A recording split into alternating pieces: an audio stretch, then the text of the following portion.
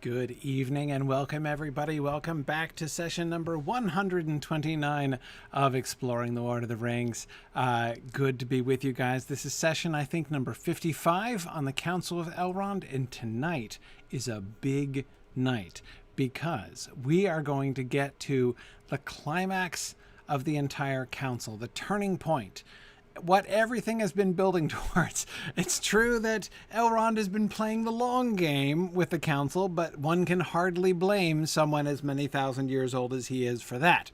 But he has been building up to this point, and he is finally going to unveil his actual advice. Tarlonio, unfortunately for Bilbo, lunch is not, in fact, the climax of the council.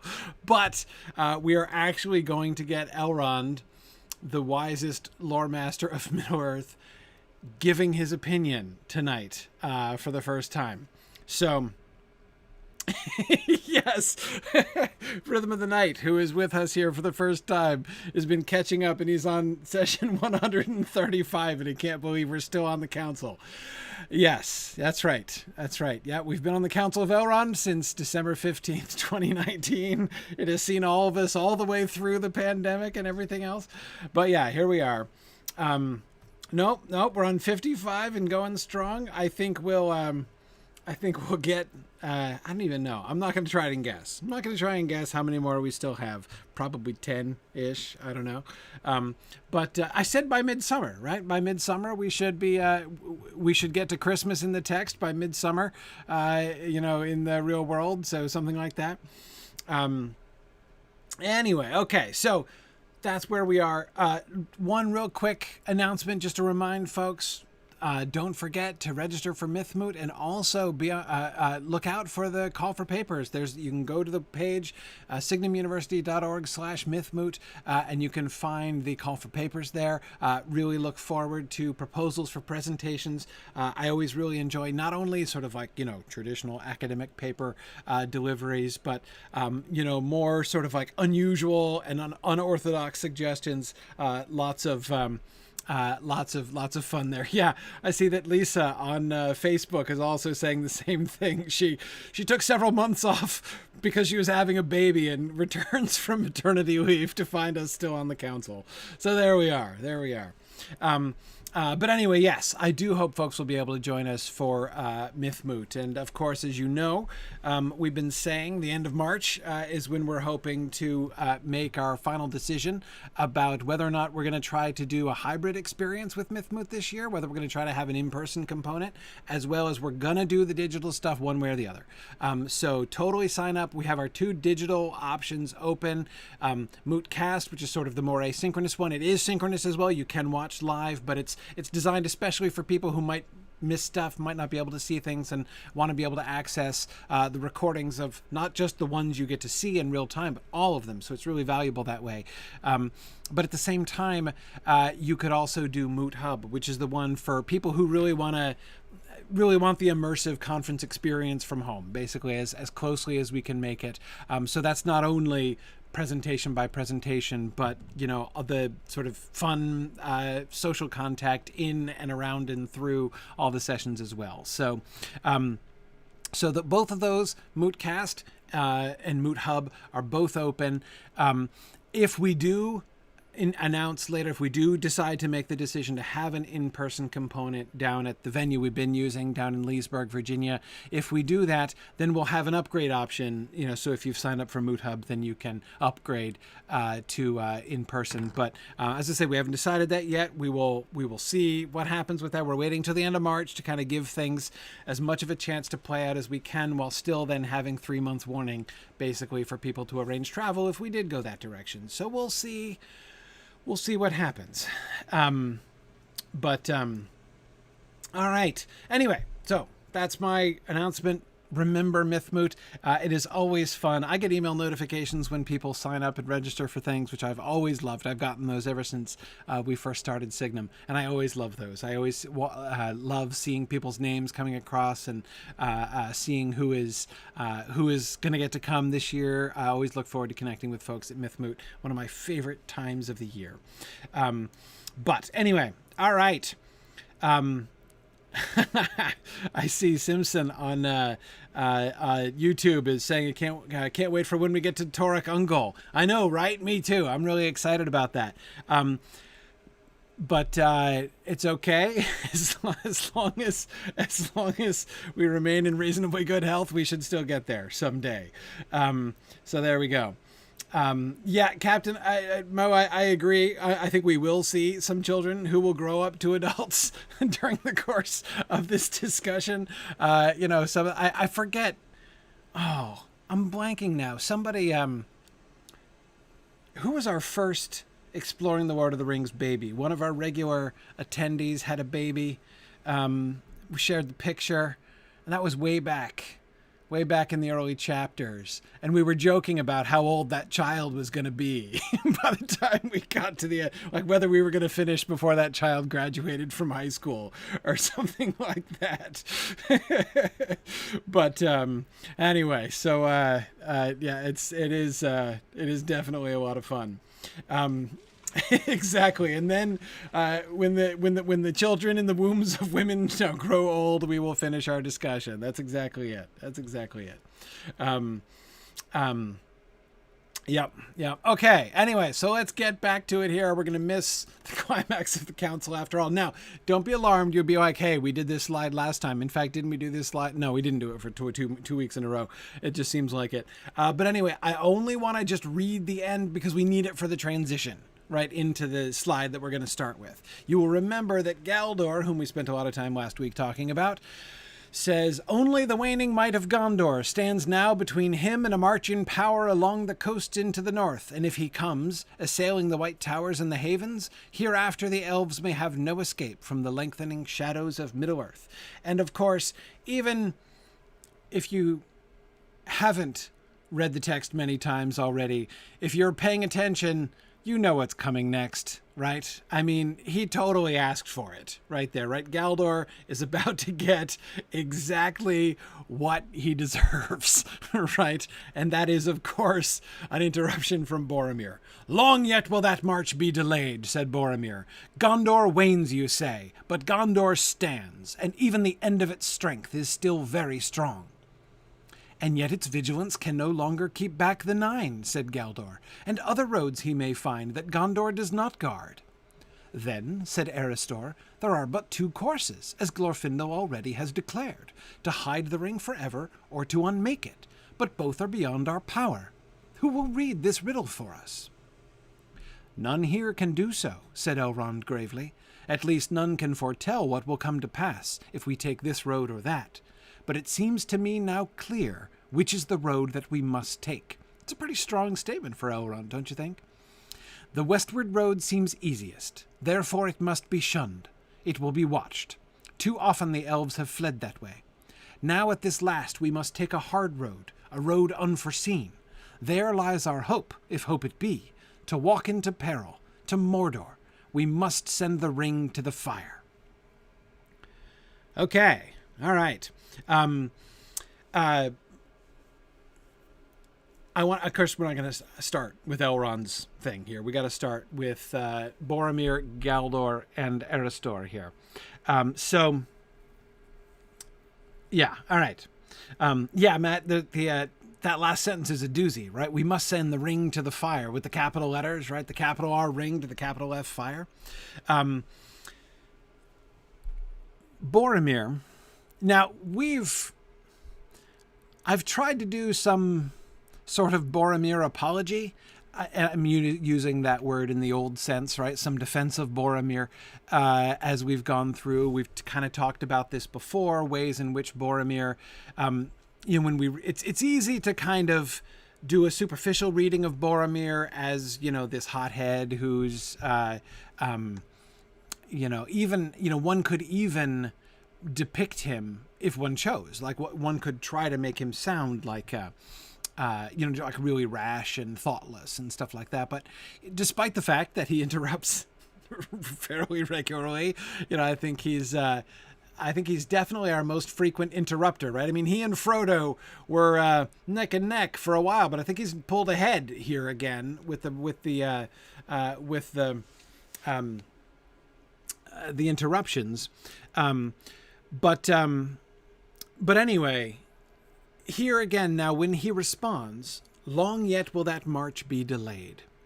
Gondor wanes, you say, but Gondor stands. I think that this is... I think this is... So, on the one hand, is he defending Gondor? Is he trying to set the record straight when he feels that Gondor's been dissed by Galdor? Yeah, sure. Gondor wanes, you say, but Gondor stands, right? But I don't think that that's the only or the inescapable, like an inescapable way of reading that. Like, I don't think that this has to sound petulant or something like that, right? He was speaking fairly highly before, right? Of, Gondor, the bulwark of the West and that kind of thing. He had a fairly high opinion of himself and Gondor with it, or rather of Gondor and himself with it, perhaps would be a fairer way to say.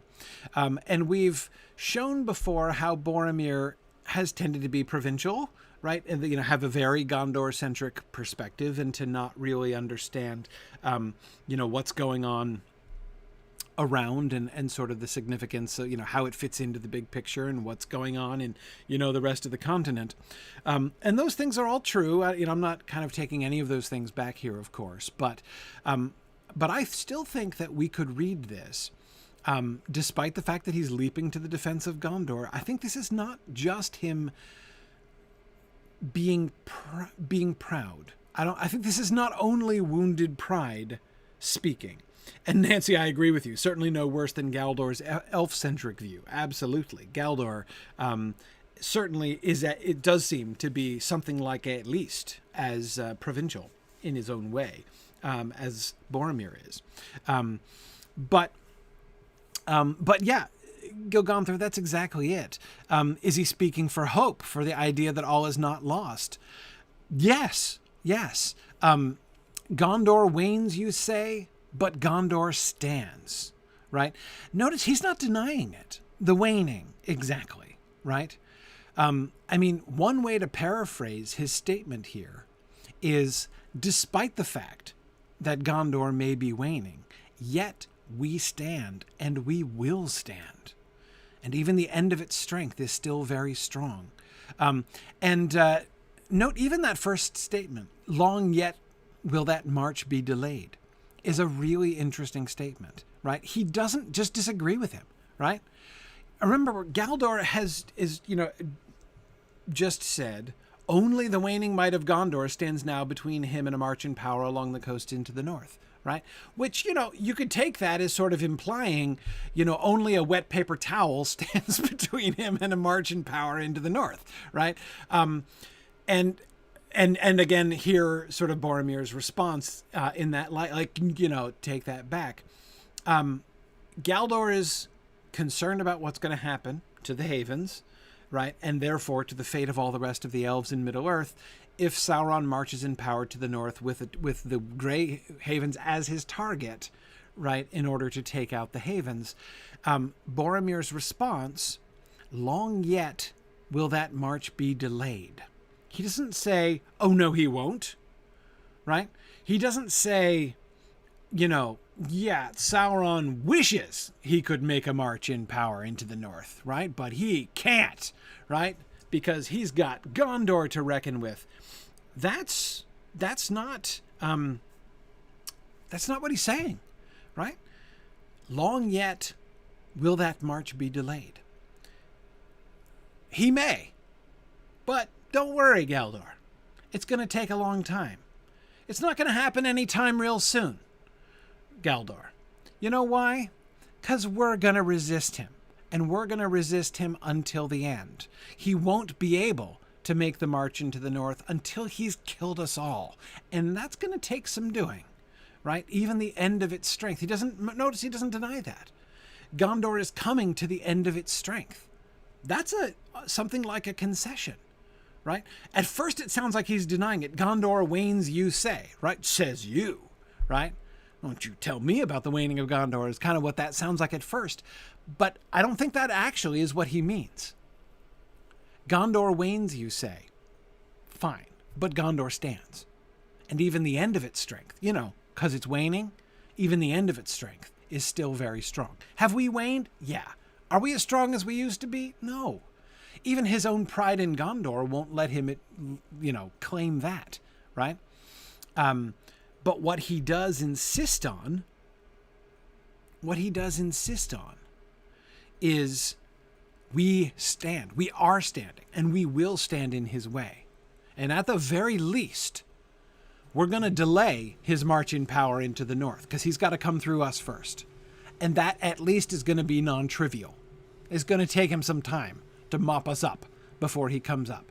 And in the context, saying this to Galdor, right, who's afraid of Sauron marching into the north, it's like, don't worry, he's going to have to kill us all first before he does that. So, you've got a little bit of time to do whatever you need to do to get ready for that, right? While he's busy killing us, there's some actual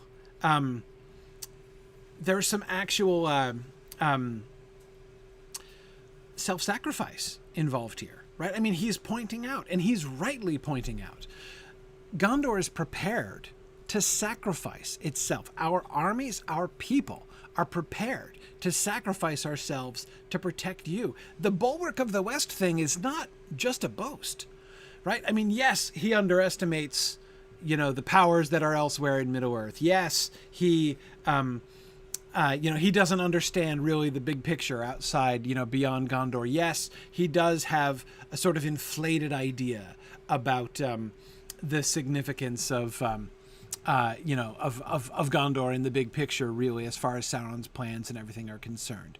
I think that those things are true. I think those things are fair. But he's not wrong about this, right? Now,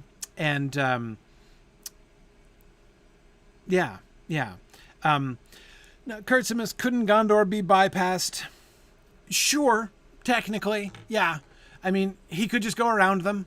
They don't guard all passes.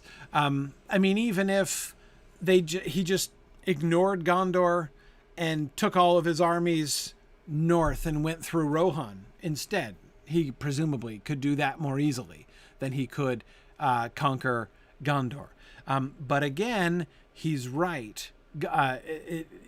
He's not wholly wrong, Boromir, about the importance of Gondor and defeating Gondor to Sauron, right? Sauron does actually want to smash Gondor before he goes into the north. You are absolutely right. Let's see. I just missed something here. I miss a lot of things, of course. Somebody was just saying, someone just saying that armies need roads, right? Armies need roads, and Gondor therefore gives them the best opportunity to travel through. I mean, like, they're going to want to take the Greenway. If he is going to march into the north, the Greenway is his route, right? Because it's a road. Yeah, Matt, I thought that was you. Yeah, exactly. No, I mean, again, there's a lot of reasons why it would be practical to do it, but again, he's not wrong. We know Sauron is going to be attacking Gondor. It was always his plan to attack Gondor. But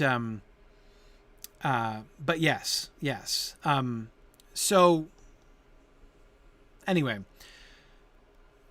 Boromir's statement here, I think, is perfectly defensible, especially in the context. I mean, remember last time, see, I'm doubly glad I kept this passage here.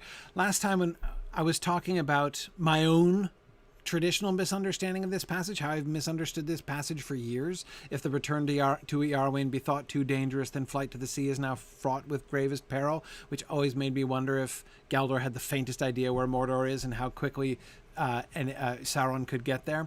And then we were discussing, C. Schwab was saying last time, some really good arguments there. Anyway, so I loved the resolutions that we came to last time about this, and it helps me to understand this. And yet, despite the fact that the emphasis is still on spies, on Sauron learning the direction they have taken the ring, and therefore knowing where to focus his attacks, right?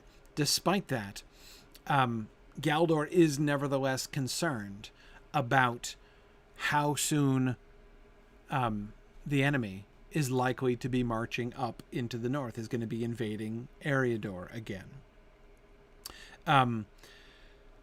So, yeah, and Deja Vu is right here. Sauron would need to secure an Anduin crossing for his army. That's not going to be trivial everywhere.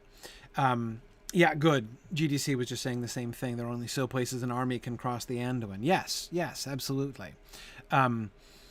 Absolutely. So,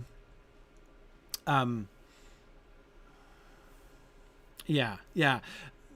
Matt, I agree. Matt says, I get the idea that Galdor is rather ignobly concerned for his own skin, but Boromir yearns to die in a good cause.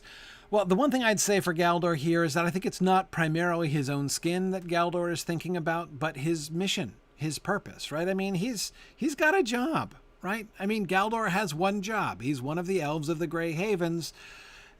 They do what they do, right? They are focused on their job, and their job is to keep the havens open, right? To keep the havens open so that the elves can escape Middle-earth. That's what they do, and so that's what he's focused on. And so, yes, from the Galdorian perspective, Sauron coming to the havens and destroying the havens would be the last disaster, right? In the end, and the ultimate failure of their mission, which is not a selfish one. It's he is doing so. If Boromir's desire and intention, declaration, right, that Gondor will stand, even if it's just going to be a delaying action against the marches of the enemy. Galdor's own service is also a selfless one in its way. It's definitely sort of for others. But nevertheless, I do think that he's being a little bit ungenerous to Gondor, and Boromir would seem to agree with that. Yeah. That's one thing I don't know about, JJ. And that I think is an interesting point. Tony was just implying the same kind of thing there, that is there an element of chastisement, nevertheless? That is, hey, Mr. Elf, so focused on like, oh no, but like, what happens if we can't run away, right? Like some of us are over here fighting to the death, okay? But don't worry, Mr. Runaway Elf. We're going to fight to the death long enough and occupy the enemy long enough by our, fighting to the death in order to enable you guys to run away successfully, right? So go ahead. You do your thing, right? Do your running away. I hear that, JJ. So do I think that that there's any kind of element of castigation there? I don't see it. I mean, could that argument be made? Yes, but I don't hear Boromir making it. He doesn't say anything. He's speaking of Gondor. Long yet will that march be delayed. Gondor wanes, but Gondor stands, and even the end of its strength is still very strong. I mean, if there's an implied criticism there, it's extremely indirect, right? Extremely indirect, simply in the sense of like, I'm going to tell you what we're going to do, right? Then if you're going to avail yourself of the opportunity to keep running away, you do you, man. Right. Yeah.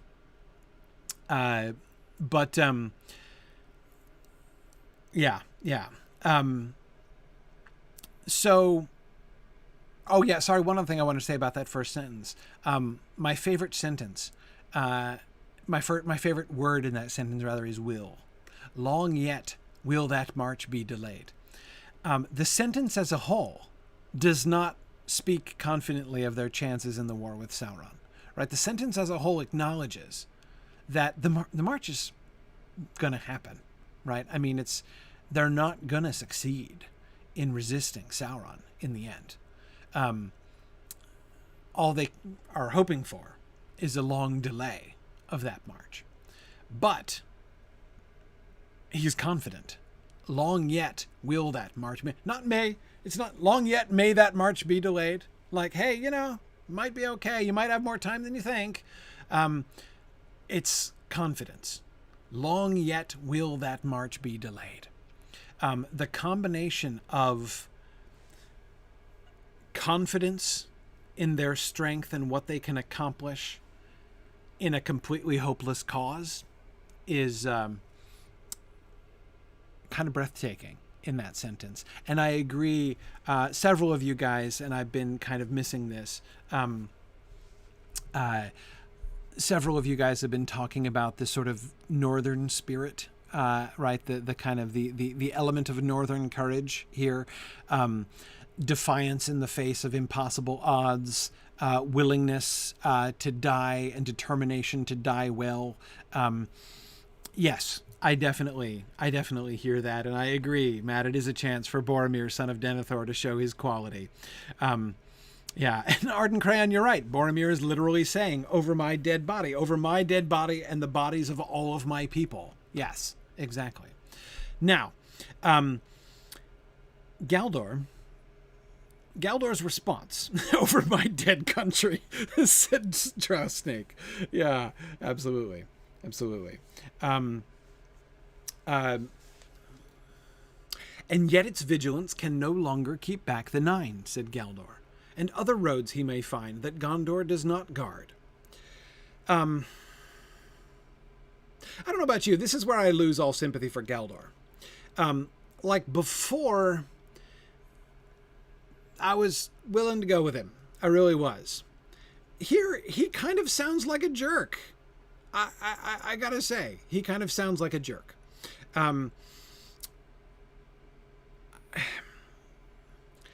First of all, and other roads he may find that Gondor does not guard. Yeah. And Matt, you're right. He's not wrong, right? He's not wrong. Neither of his statements are incorrect, right? But the second one, does Galdor even know what he's talking about? Like, seriously, what roads, Galdor, right? Tell me the strategy that you're afraid that Sauron is going to deploy, right? I'm not convinced Galdor knows any of those roads. But the first one, and yet its vigilance can no longer keep back the Nine? Seriously? That's their job? That's their job, right? Like, prevent the 9 ringwraiths from emerging all by themselves. Like, does this constitute a failure? Like, Gondor in its, in prior to its waning would not. I don't understand the point of his statement there. So I guess I'm asking for help again. Here's the help I'm asking for here. Convince me that Galdor isn't just being a jerk. Because it sounds to me like he's being a jerk there. I mean, again, he's not wrong, but he sounds like a jerk. And yet its vigilance can no longer keep back the Nine. What does he mean? What is this? What is this a counter argument to? Is he countering, like, Boromir's just said Gondor wanes, but Gondor stands, and yet its vigilance can no longer keep back. So yeah, you might be standing, but what good is it doing when the ringwraiths are getting through, right? Fat lot of good you did when the ringwraiths, just like plowed right through and came into the north. Well, the heck were they supposed to do? Like, I don't get it. I don't get it.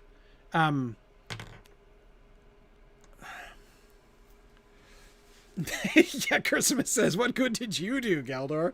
Yeah, I know, right? It's true that not all attacks are armies, but in saying that, he is changing the topic. He just said he was just worried about a march in force up to the coast. And Boromir's like, yeah, we got that. Don't worry. We're going to give our lives to slow down that march, to give you guys time to escape. And then Galdor's like, but you didn't stop the ringwraiths. Wait, I thought we were talking about armies marching up from the south, Galdor, right? Come on now. Right? Like, that's right? Jerk. I'm trying. So let me try to rethink this, because I don't want to think.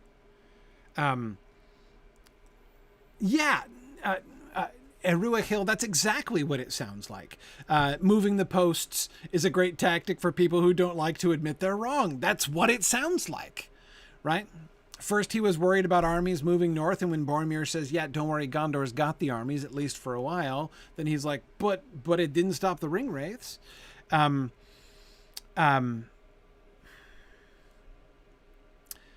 Yeah, and Flammerfer says the Havens have successfully resisted the ring wraiths before.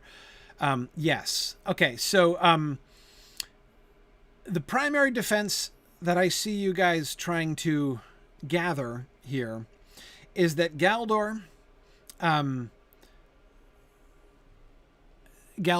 having a panic attack here. That this is Galdor not really speaking sensibly. Galdor is being overcome with his own fears and concerns. We had talked last time about, his previous speech being a kind of Elvish panic attack. Yeah.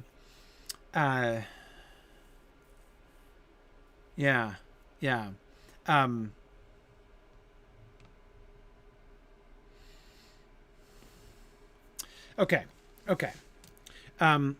JJ, that's a really good point. Let's think about this. JJ says, I don't think he's saying it's Gondor's job, like it's Gondor's job to keep back the Nine. He's not saying the Nine got through and that proves you guys are actually a failure, turns out, right? That would be the jerk thing to say, because totally unfair.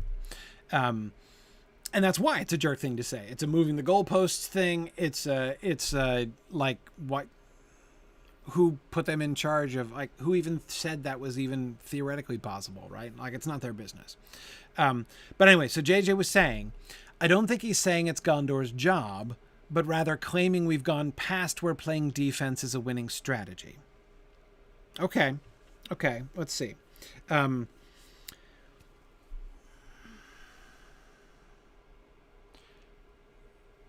We've gone past where playing defense is a winning strategy. Yes.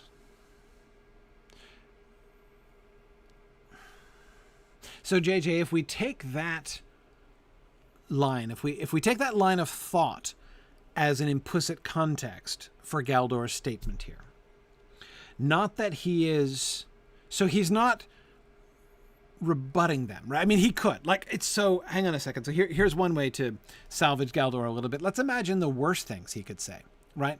He's not saying, but Gondor stands. Yeah, well, not long enough, right? I mean, whatever, right? He basically, remember, so he said, like, so, except for Gondor, so and he's going to come through like them like a wet paper towel, and then Boromir's like, even the end of its strength is still very strong. If he had said, whatever, dude, right, that says you, right? I repeat again, wet paper towel, right? I stand by my previous implication. That would be the real jerk thing to say, right? Sacrifice your lives if you want, but it's not gonna do the rest of us any good. So, okay, he's not saying that. We know he's not saying that. So if JJ, as you're suggesting, instead what he's doing is saying, look, it's not about the strength of Gondor. Who cares how strong Gondor is, right? It's not time to play defense. But what do the Nine have to do with that? Its vigilance can no longer keep back the Nine.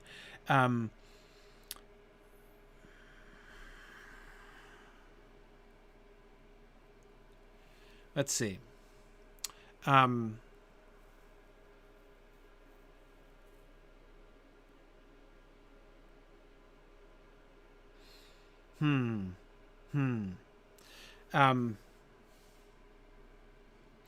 Yes, the Nine almost got the ring. If we go back to Galdor's previous statement again, if Galdor's initial concern, as we were discussing last time, if Galdor's true concern here, if the march in power along the coast into the north is only the secondary concern of his, or sort of the down the road concern, and the immediate concern, the gravest peril that he is saying that flight to the sea is fraught with, is the spies and agents of the enemy, the ring wraiths are a representative of that, right?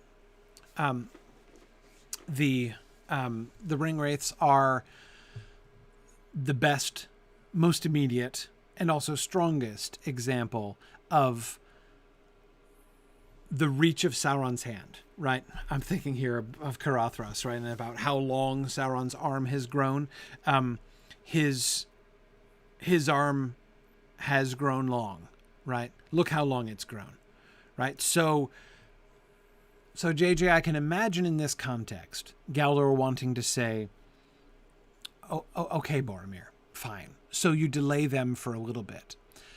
But how does that help us right now, right? Now, again, to that, my response to Galdor would be, you're the one who brought it up, the marching power along the coast into the north, right? So, JJ, I would say he's still moving the goalposts, even if he is saying it's not the time to play defense. Then I would also say it's also not the time to be worrying about the marching power into the north, and you're the one who brought it up. Yeah. Now, of course, Drow-Snake, you're right. Drow-Snake points out that from Galdor's perspective, Gondor has probably delayed Sauron for no more than a hot minute. True.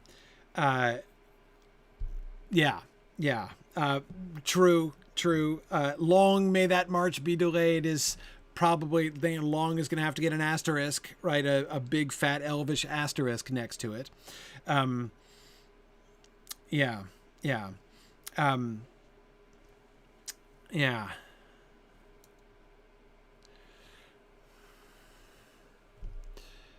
And yes, Eruahil, you're right. The roads that Gondor doesn't guard comes after the Nazgul comment. Yeah, we're still just focusing on that first one. And other roads he may find that Gondor does not guard does make it sound like he's still focused on the armies. And if he's still focused on the armies, I'm going straight back to jerk on that first sentence. Yeah, Nancy, it takes elves 15 years to pack a suitcase. So true, Nancy, so true. Nancy, I was just... So I'm in my rereading cycle. I'm rereading the Silmarillion right now. So earlier tonight, I was just reading the Flight of the Noldor, and I just couldn't help but laugh because I was remembering when we were reading the Annals of Aman in the History of Middle-earth and discussing those, and I got to the passage in the Silmarillion where it talks about how much of a rush Feanor's in after he delivers the speech and the Noldor agreed to leave, right? And he's like, we can't let any time pass. We've got to keep the foot on the gas, right? If we give them even a minute to cool down, we can't let them cool down, right? We've got to go while everybody's still hot. And so like they went with very little preparation and in a big rush and everything like that. And then you go back to the Annals of Aman and it was like 30 years. In fact, that like between Feanor's speech and the kinslaying was like multiple, I think more than a decade, at least 5 years in the Annals of Mon passed between the two. And I'm like, see, yeah, keep the foot on the gas. And I'm like, but that's exactly as the point. Like as you're saying, Nancy, it takes elves 15 years to pack a suitcase. So they didn't have quite enough time. They only had like 10 years to pack their suitcases. So they were like super unprepared. But anyway, yes. Kurtzman says the Flight of the Noldor scored by Wagner. Yes, exactly. Anyhow, okay.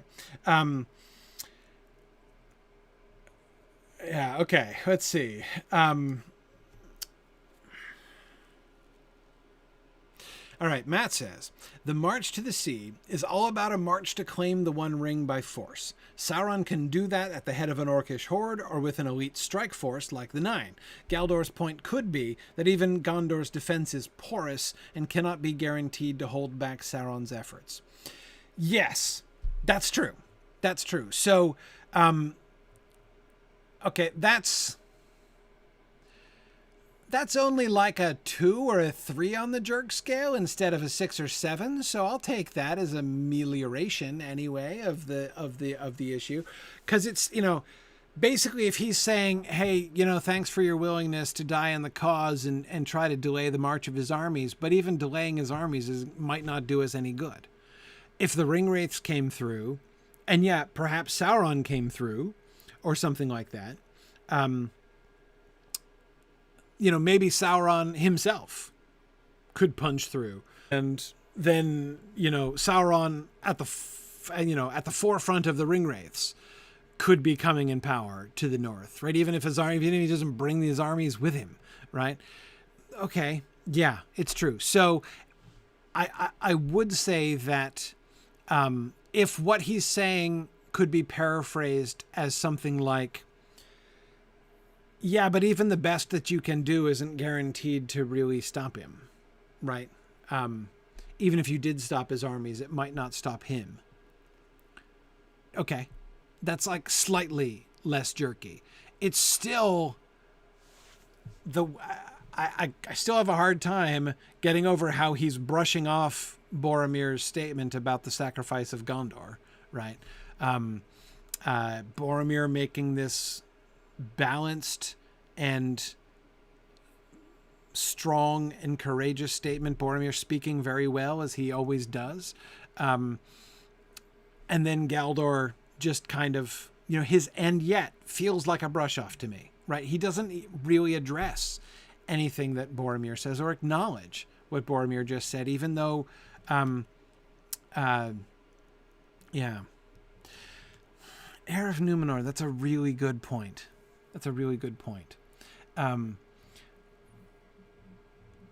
No longer. Yet its vigilance can no longer keep back the Nine. Yeah, we're overlooking that phrase. He does make it sound... Man, and here I was... Matt had made some progress in making me think Galdor slightly less of a jerk, and now you push me straight back to it, because that sounds like he's just not just brushing off, but refuting what Boromir had said, right? Whatever, Boromir. The end of your strength is still very strong. Well, not strong enough to keep back the Nine, apparently. So what good is it? Right?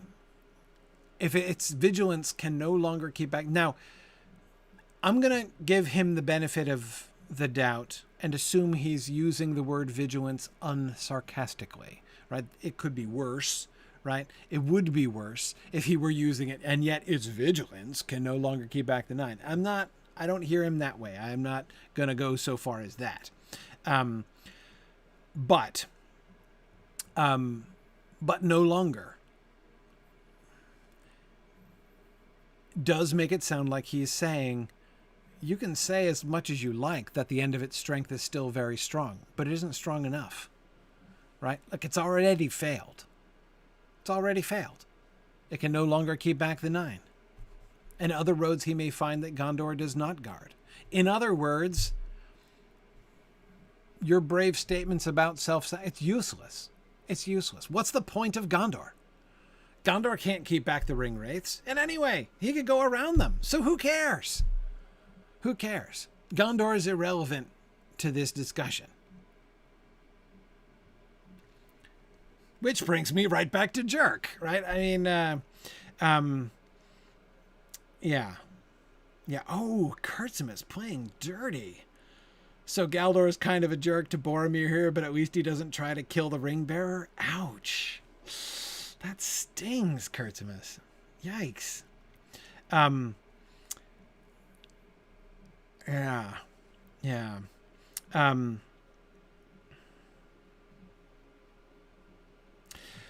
Interesting. So Rachel has a great question. Rachel Port on YouTube says, could Galdor's non-response to Boromir's talk of Gondor's heroism have to do with elves not understanding the factor of death? That's a really good question. I don't think so, because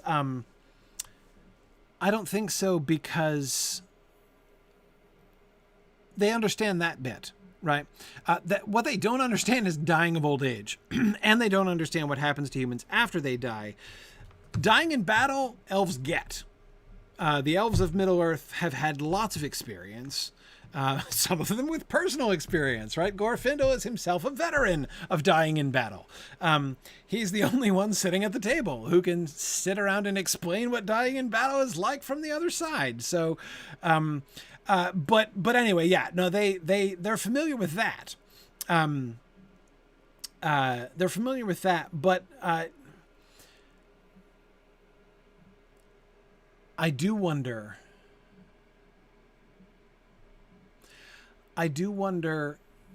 to what extent there is a cultural gap there that helps to influence that. It's not, I think, the sort of the mortality thing exactly, but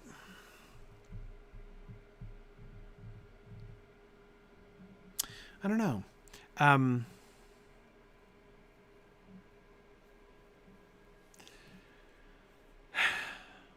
I don't want to overdo it in my dissing of Galdor here.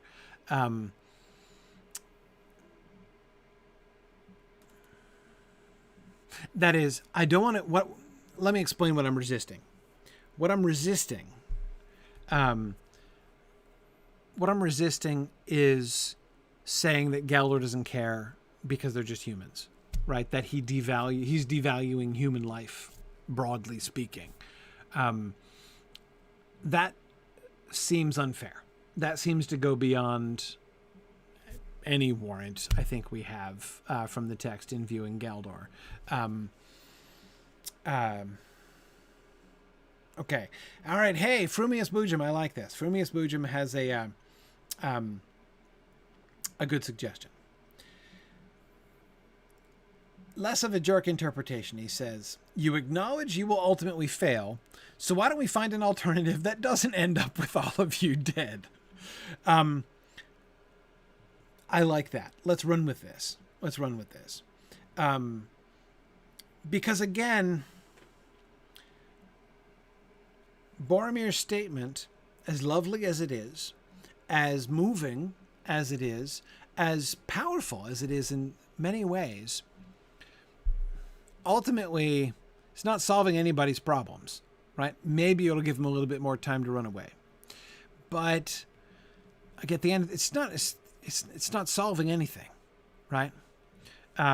It's not solving anything.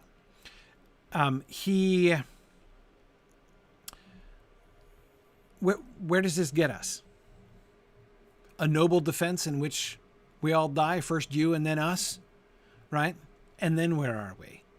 How does that solve our problems?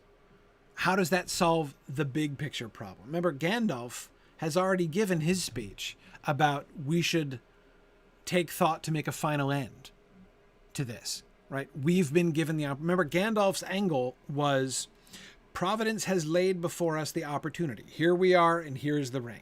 Providence has laid before us this opportunity to deal with this situation. We have this unaccountable, unpredictable, unanticipatable opportunity to handle the Sauron problem. What are we going to do with it?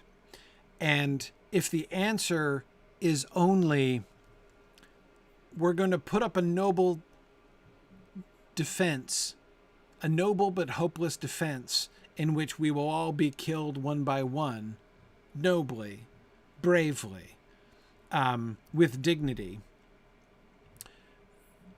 then Sauron takes the ring, right? After we're all dead, but only if we're all dead, you know. That's not an answer. That doesn't solve the problem. I love GDC's paraphrase. I feel like we can workshop that plan a bit.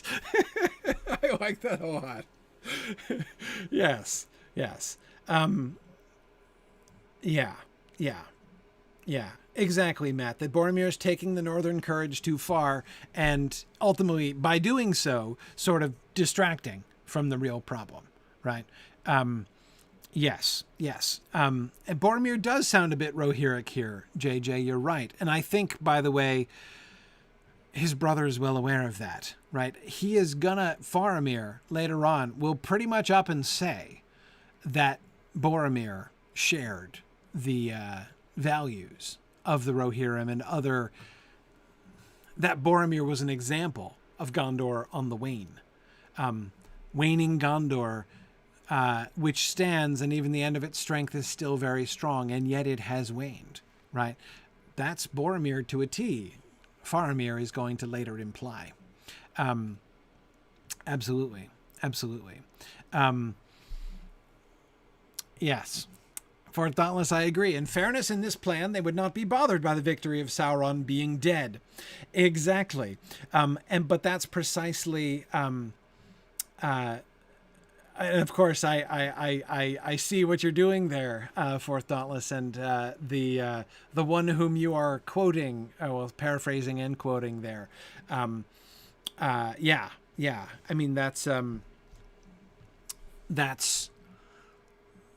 exactly the Denethorian direction, right?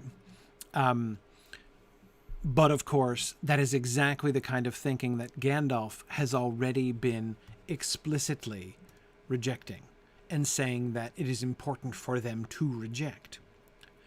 It's not theirs to give thought to a season only, but that they should make a final end of this.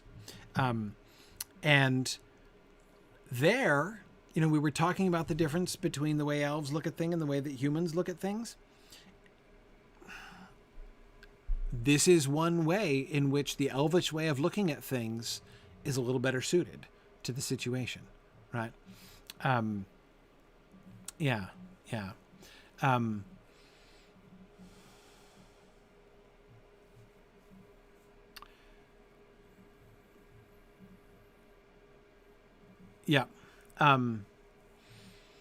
Okay, so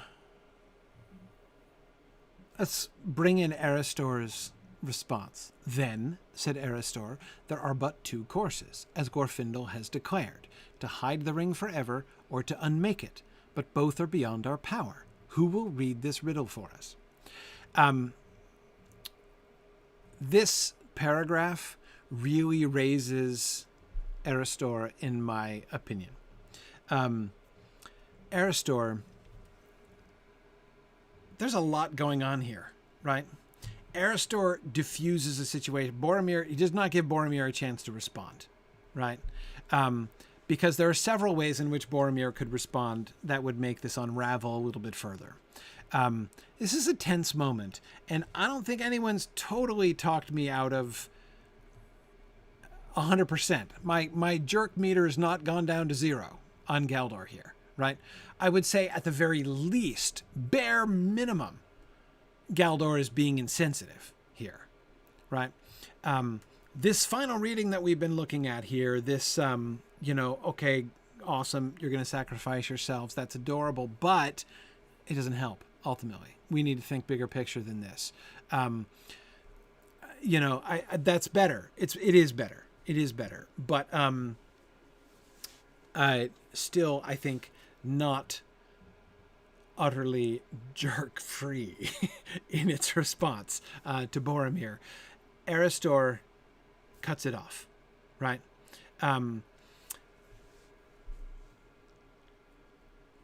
Yeah, GDC says Galdor's lucky Gondor doesn't have a culture of challenging people to duels. Yes. Erestor brings it back to the main point, because certainly, right, exactly, Matt from Wisconsin, no one's chucked a drinking vessel into anybody's face and broken their mouths, so things are still going reasonably well. But anyway, yeah, so Erestor breaks in, cuts through. If there's tension here, which I kind of think there is, I'm trying to imagine Boromir's body language during Galdor's response, right? He's got to be bristling, at least a little bit here, right? at least a little bit here. Is he actually like inhaling to fire off a response? I don't know. We've seen that Boromir is a good diplomat. He's a good speaker, and he has acquitted himself really well, right? But Erestor doesn't let it happen, right? He breaks in, and he breaks in not and totally shuts down this whole line of discussion, right? Let's stop talking about Gondor and what Gondor will or will not do or cannot do, as that's irrelevant. Let's get back to the main question, shall we? There are but 2 courses, as Glorfindel has already declared. I love even how he, I love even how he appeals to Glorfindel here, right?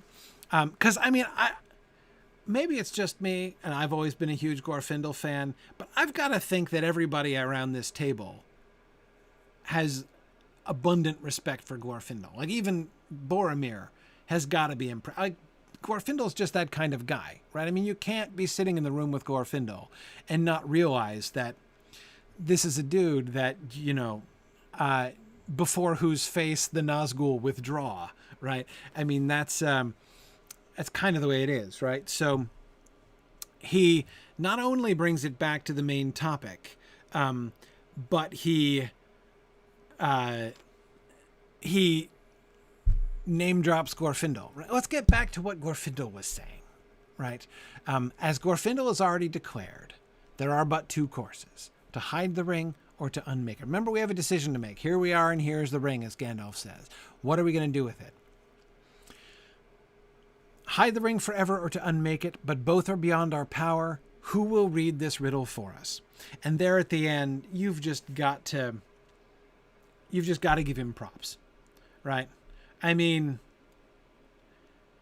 this guy, if I'm Elrond, I'm giving him a raise after this. I don't know what he gets paid. He doesn't really get paid. I know that's a joke, but whatever he gets paid, I'm doubling it, right? I mean, that was beautiful. Like, nobody could set the volleyball better than that, right? I mean, he knows. He's got to know. I don't know if he knows what Elrond's answer is going to be. I don't know if he was in the know. Like, was he part of the executive committee meeting in advance with Gandalf and Elrond, and them like trying to figure out what they wanted to do in this meeting or not? I don't know. Right. And if any of that is true, I suspect it's not. I suspect he doesn't already know. I don't think that he's just a plant here. I think that he's been around Elrond for a really long time.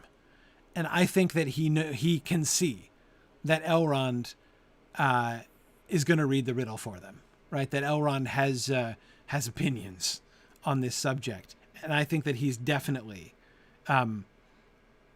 setting this up. Tony, I absolutely read it the same way.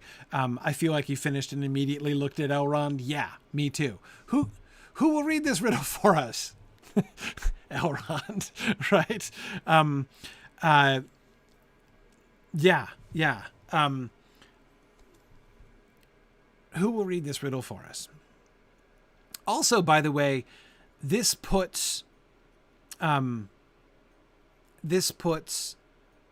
both Galdor and Boromir in their place. Notice how hard he makes it. What's wrong with you, Siri? My watch keeps breaking in at the most unaccountable moments. I can't even find any pattern in what I say prior to Siri's interruption. But anyway. Okay, so again, notice how neither one of them can respond to this, right? He has not only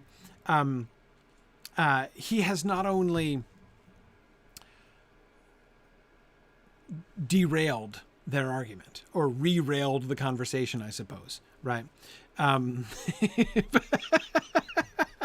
Trostnik says, Siri, will you read this riddle for us?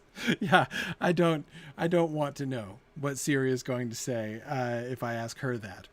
But anyway,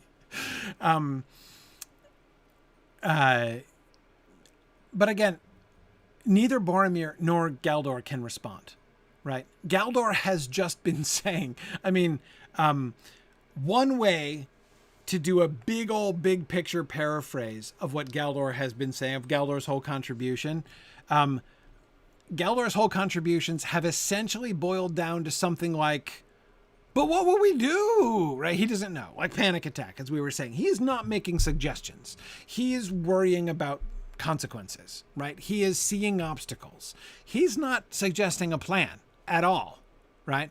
So if Erestor says, who will read this riddle for us? It's not going to be Galdor. Galdor has already said he doesn't know how to read the riddle.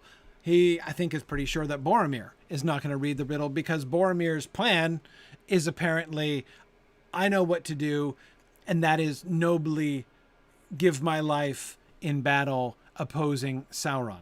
Great plan, Boromir. That's good. But again, doesn't solve the problem.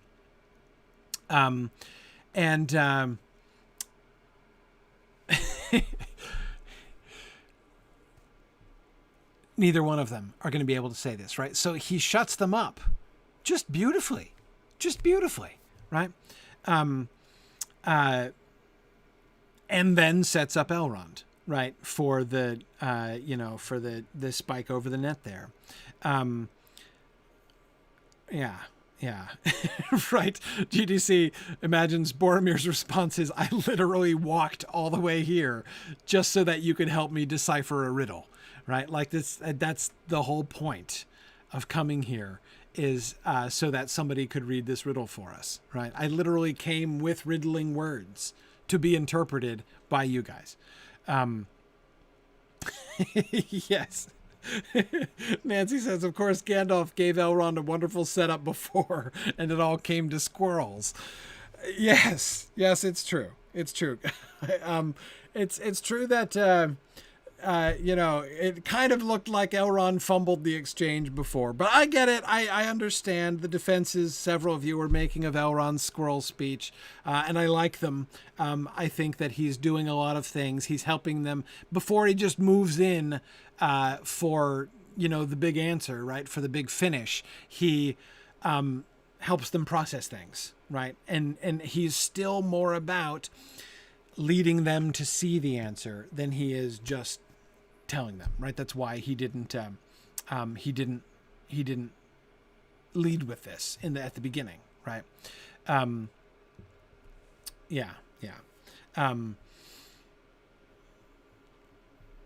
Okay. Good. Roger, that's a great question. Let me come back to that when we get to Elrond's paragraph. We're almost there. Yeah. Freebird says, I think we should patent the term Elrond's squirrel speech. Yes. I also kind of like that turn of phrase. I've already forgotten who was it who said that. About it. What was it about it turning to squirrels? Right, like Gandalf set him up, and it all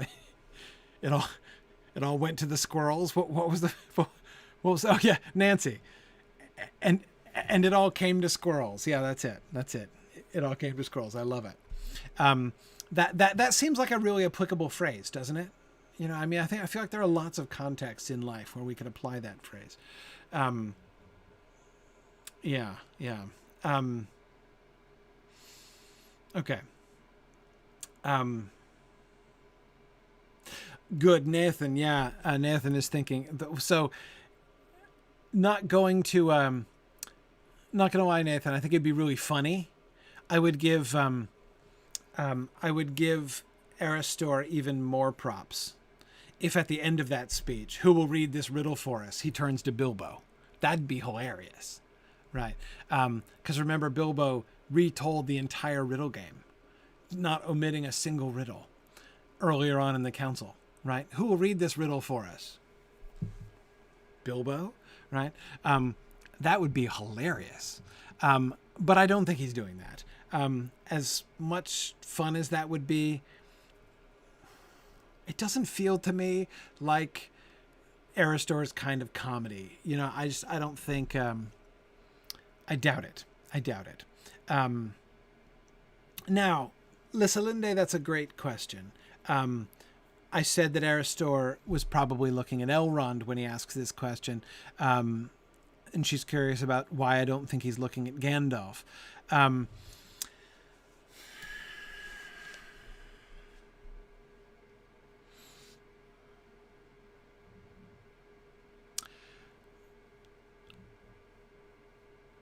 Well, the fact that Elrond speaks next, Nathan, is certainly the number one thing that leads me to think that, and also that he's Elrond's guy. I mean, he's like, he's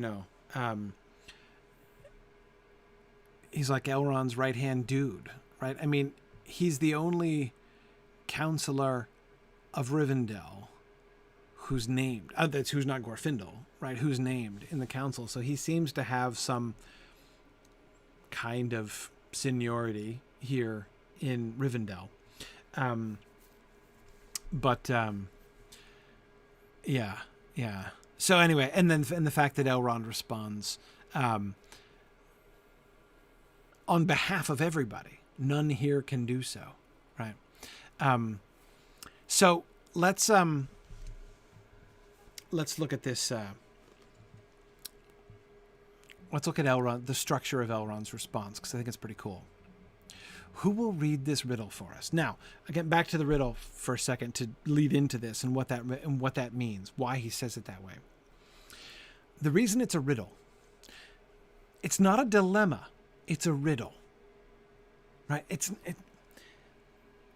The point that, and this I think is the central point that Erestor is making. Okay, the first point he's making is, guys, shut up, stop fighting. But the second point that he's making is,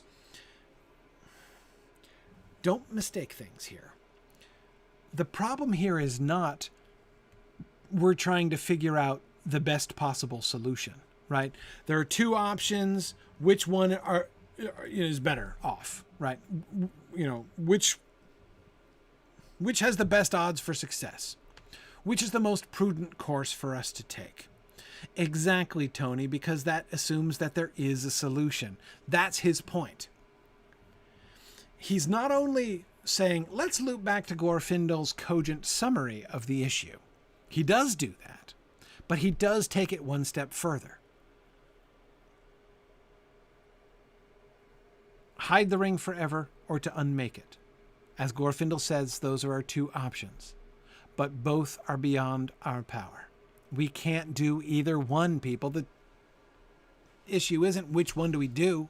It's what do we do when there don't seem to be any options at all, in fact. We can't unmake it, and we can't hide it. Glorfindel's let's chuck it into the ocean suggestion was a really good suggestion. I mean, that was at least achievable, right? But Gandalf shoots that down. So Erestor points out we have no viable options on the table here. We've established we can't do something like put it somewhere that we believe to be inaccessible, like the bottom of the sea, because to do so is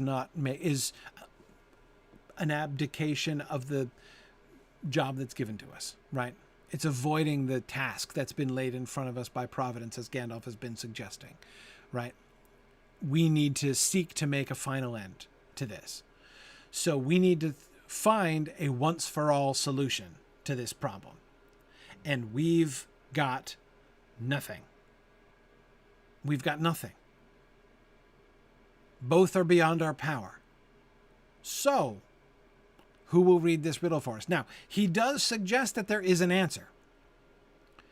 It's not an obvious answer. I think he's calling it a riddle. He's characterizing it as a riddle because, like a riddle, there is an answer. It's just not obvious at first, right? I mean, one of the points of a riddle is to make the thing seem impossible, right? Like, thinking about Bilbo's riddles. Think about the time riddle, for instance, right?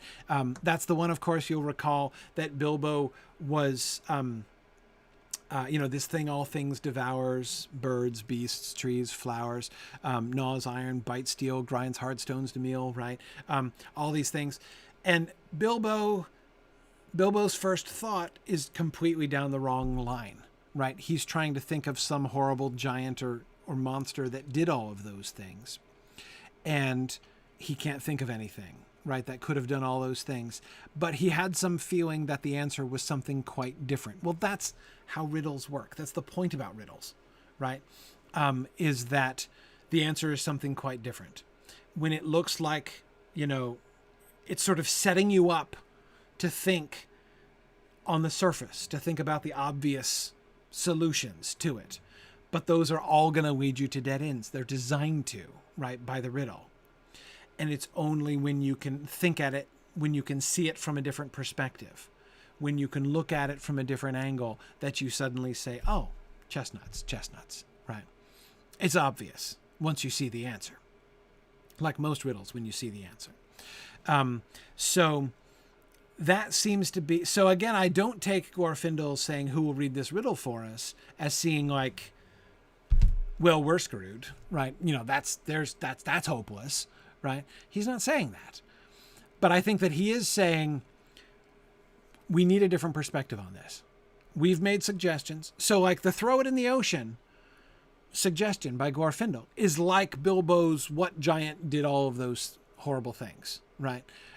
He's thinking along those lines. He's kind of following the invitation of the riddle. Well, if we, is there something we can do with this to hide it forever, or, to destroy it? No. Yeah. Good. Matt was saying another interesting thing is a callback to Bilbo's riddle game, one where the solution was to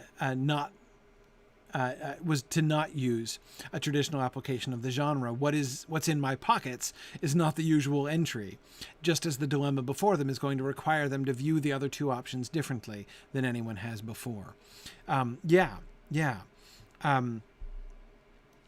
Okay. So, yes, Freebird, exactly. He is defining what the riddle is. Who will read this riddle for us? And Elrond says, none here can do so. Great, Elrond. Thanks for that. Was that the counsel stronger than Morgul spells? Right? I thought Boromir's got to be thinking like, look, I've seen Morgul spells, right? That was way below the standard of Morgul spells, right? When are we going to make with the counsels here? Then Elrond clarifies, at least none can foretell what will come to pass if we take this road or that. So his response is really interesting. He's not, in the end, avoiding the subject, because he says, but it seems to me now clear which is the road that we must take. He's not going to duck it. He's not going to say both no and yes. He's not going to leave it up to everybody else to decide. He's been leading them gently in this direction, but it's come now to the point, this is the climax, when he is going to declare his advice, his counsel, his reading of the riddle, right? But first, before he does that, he emphasizes, if by a reading of the riddle what you want is somebody who can foretell what's going to come to pass, somebody who's going to predict the future, don't ask me. I'm not a fortune teller. And nobody can do that. None can foretell what will come to pass if we take this road or that. I can't tell you. I can't tell you that what is the destined thing to happen. I'm not going to make any prophecies here, right? I am not going to, we don't look for the answer as to what is supposed to happen from me.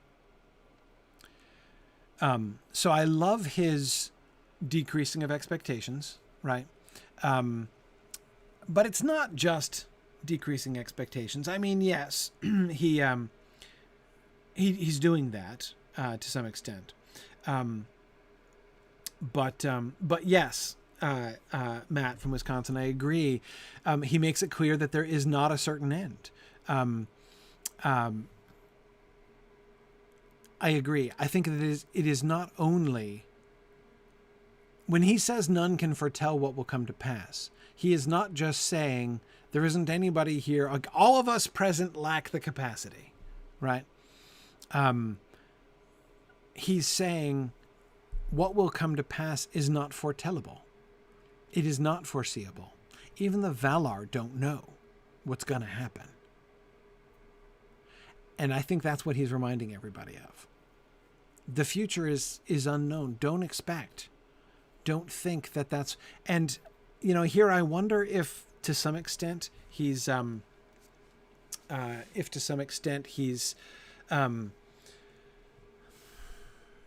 almost not directly. It's not like he's rebuking Boromir or addressing Boromir specifically, but Boromir's quest was to come to Imladris in order to hear the meaning of riddling words, right? To have his dream interpreted so that they would know what they're supposed to do, what's supposed to happen, right? He's come to Imladris almost like one would come to an oracle. And Elrond, I think importantly, starts by saying, I'm no oracle, right? I'm not going to predict the future, either in straightforward or cryptic words. None can foretell what will come to pass if we take this road or that. And again, I do think it's not just that's above my pay grade. This is... that can't be done.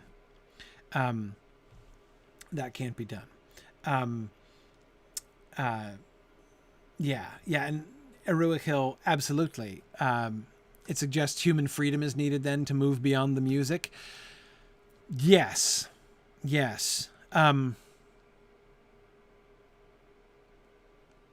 Okay. Sorry, I'm making my resisting tangents faces. All I will say is when we were reading Morgoth's Ring and discussing Morgoth's Ring in the Mythgard Academy in the fall of last year, rereading the Ainulindale in the context in which it was rewritten in the 50s, and the ways in which that differs from the published Ainulindale, there were several passages that blew my mind that I can never read in the same way again, and you quoted one of them.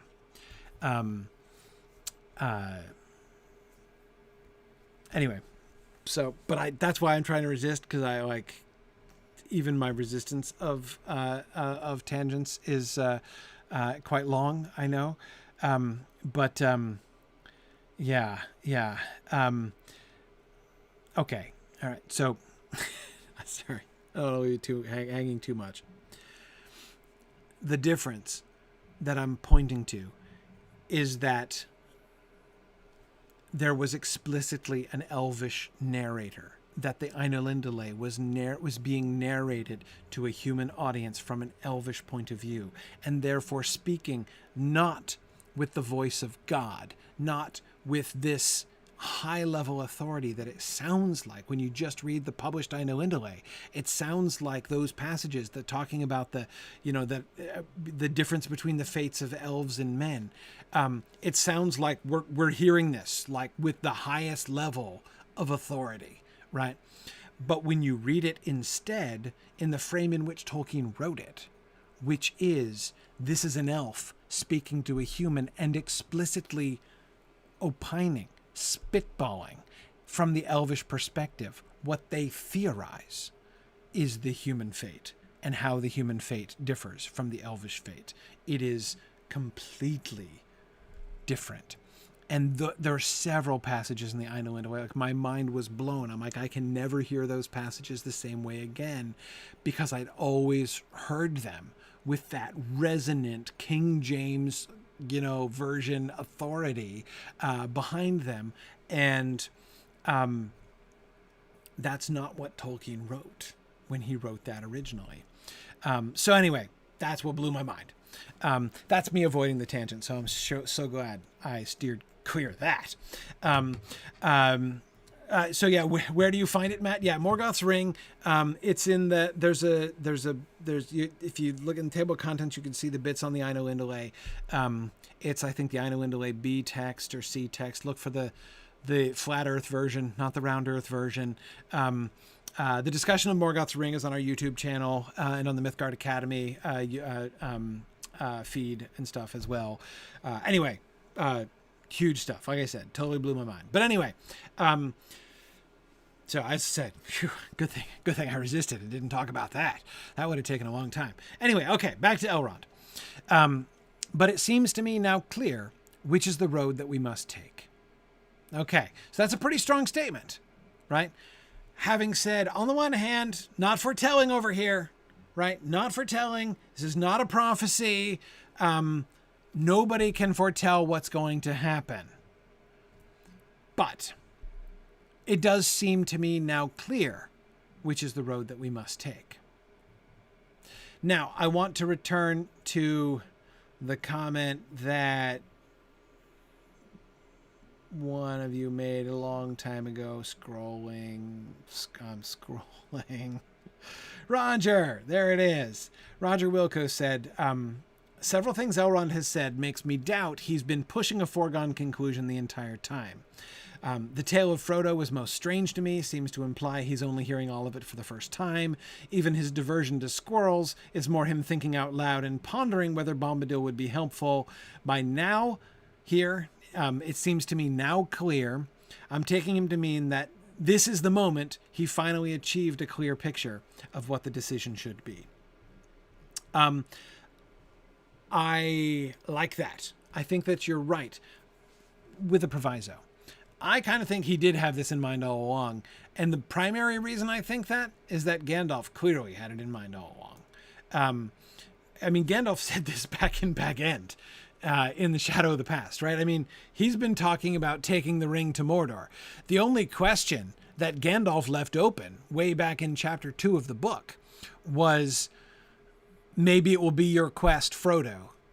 Maybe, Frodo, it will be your quest to seek them out, or maybe that task will be left for others, right?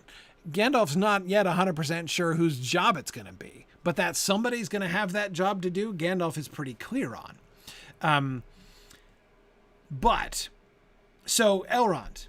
Is Elrond like plus minus on the Gandalf plan until this moment, right? When now, I mean, so like, can we sort of have a little subtext here, a little parenthetical remark of Elrond saying to himself, well, dang it, I guess Gandalf was right all along, right? It's possible. But Roger, I don't think you're wrong either. I don't think that you're wrong. And I think that he is, this would be my reading. I think that Elrond and Gandalf have talked about it. I think that both of them did come into this meeting believing that this was going to lead up to somebody having to take the ring into the fire, right? Mount Doom, the trip to Mount Doom is pretty much where it's the only option, right? Is, I think, what both Gandalf and Elrond were thinking. But again, Roger, I don't think you're wrong. I think that he has heard things. The now, I could agree with that reading. It seems to me now clear. I think it's the clarity that's new, not the idea. He knew that this was going to be the way. He knew this, Gandalf has said it. I'm sure Gandalf has said it to him. Right. Emily says he knew, but he was keeping his options open. Yeah. I think that he is saying, and Roger, I agree with you that I don't think he's just being disingenuous there. He is saying, based on what we have heard here today, based on the actual live and sort of unpredictable testimonies, unpredictable because people keep interrupting, outcome of this council, like based on what I've heard here today, the conclusion that I draw is this thing that I'm about to say. But I don't think it was new to him. I don't think he was coming up with this on the spot. I think that what he's saying is he feels confident. He's now ready to say, this is the answer to the riddle. like that moment when you see the answer to the riddle and it seems obvious, right? As Gandalf will say before the gates of Moria, right? Elrond is having that moment in response to Erestor's setup, right? Who will read this riddle for us? I have it. Absurdly simple, like all riddles when you see the answer, right? To Elrond, it now seems absurdly simple. It's clear to him now what all of these things are adding up to. And he summarizes. The westward road seems easiest, therefore it must be shunned. It will be watched. Too often the elves have fled that way. Now at this last, we must take a hard road, a road unforeseen. There lies our hope, if hope it be, to walk into peril, to Mordor. We must send the ring to the fire. Now,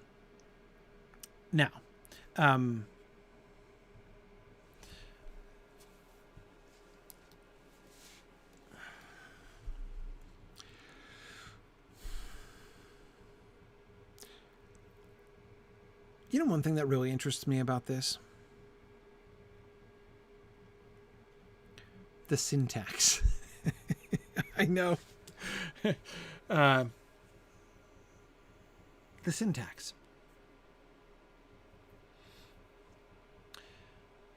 The westward road seems easiest. Therefore it must be shunned. It will be watched. Too often the elves have fled that way. Now at the last, we must take a hard road, a road unforeseen. There lies our hope, if hope it be, to walk into peril, to Mordor. We must send the ring to the fire. Notice that syntactically, stylistically, he doesn't only reduce himself to clipped, simple sentences. He gets fragmentary, right? These are like bits that he's throwing out. Very staccato. Absolutely. I agree. The westward road seems easiest. Simple statement. Therefore it must be shunned. Simple conclusion. It will be watched. Justification for the conclusion. Too often the elves have fled that way. Okay, those at least are all sentences, or mostly. Therefore it must be shunned technically is not a complete sentence. Therefore it must be shunned is a subordinate clause. But anyway, at least it had a subject and a verb, so that's something. Too often the elves have fled that way.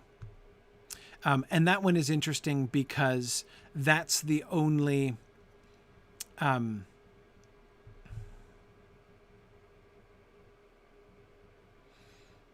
no. Both of those two sentences. The westward road seems easiest. It must be shunned. It will be watched. 3 sentences in a row, just simple subject, verb sentences, right? With the therefore thrown in as a transition, which has the benefit of making that second one fragment, in fact. Then, and yeah, Tony, I agree. He must have taken a pause before therefore. Absolutely agree with that. That's why that's printed as a fragment, right? Because if it were punctuated correctly, right, proper English would be the westward road seems easiest, semicolon, therefore it must be, comma, it must be shunned, right? That would be the proper way to punctuate that sentence. But we have a more significant pause, right? The westward road seems easiest. Therefore, it must be shunned. It's like a setup, right? He's just said, it seems now to be clear, which is the road we must take. The westward road seems easiest. Great. We're done here, right? That's westward we go, right? It's almost like he's suckering people into that, right? It's not quite a made you look moment, right? But he's laying it out, right? And the very first thing he says is misleading. And Tony, I totally agree about that pause there, right? The westward road seems easiest. Therefore, it must be shunned. It will be watched. Too often, the elves have fled that way. Now, the too often really stands out because, again, he's had those 3 in a row. Again, the therefore is a transitional thing, but he's had 3 in a row simple subject-verb clauses, right? And then, too often, the elves have fled that way. So he doesn't say, the elves have fled that way too often. By leading with the adverb, right? Too often, the elves have fled that way. That sentence really stands out, and that phrase, too often, at the beginning, stands out even more, right? Because of the having established that really very audible and very clear pattern. The westward road seems easiest. Therefore, it must be shunned. It will be watched. Too often, the elves have fled that way. Now at this last, we must take a hard road. He does it again, 2 sentences in a row now. Too often, the elves have fled that way. Now at this last, we must find a hard road, right? Starting both of those 2 sentences with adverbial phrases. Too often, and now at this last. The first one points backwards. Too often in the past, the elves have fled that way. Now at this last, here at the end of time, at the end of our careers, the careers of the elves, the end of the time of the elves in Middle-earth, we must take a hard road, a road unforeseen. We can't go west anymore. The argument is not only...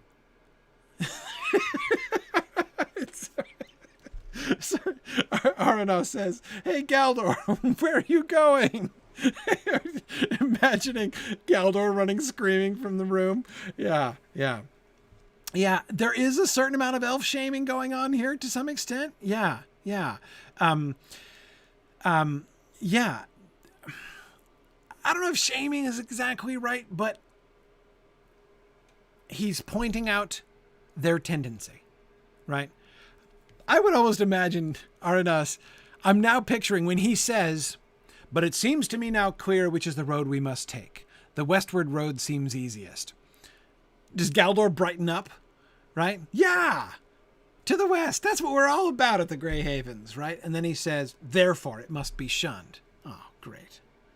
It will be watched. Well, yes. Yeah, we did establish that. Too often the elves have fled that way. So he is anti-elf fleeing. He is, it seems, at least indirectly referring back to the Boromir-Galdor exchange, right? Even perhaps addressing the potential. Now, as I said, I don't believe that Boromir was dissing Galdor. I think that he was speaking with dignity, but I don't think, a great deal of dignity. But I don't think that he was... even by implication, saying, "Don't worry, we're going to give our lives so that you guys can carry on running away like you always do." Like, I don't think that he was trying to shame them by saying that. But Elrond still kind of addresses that, right?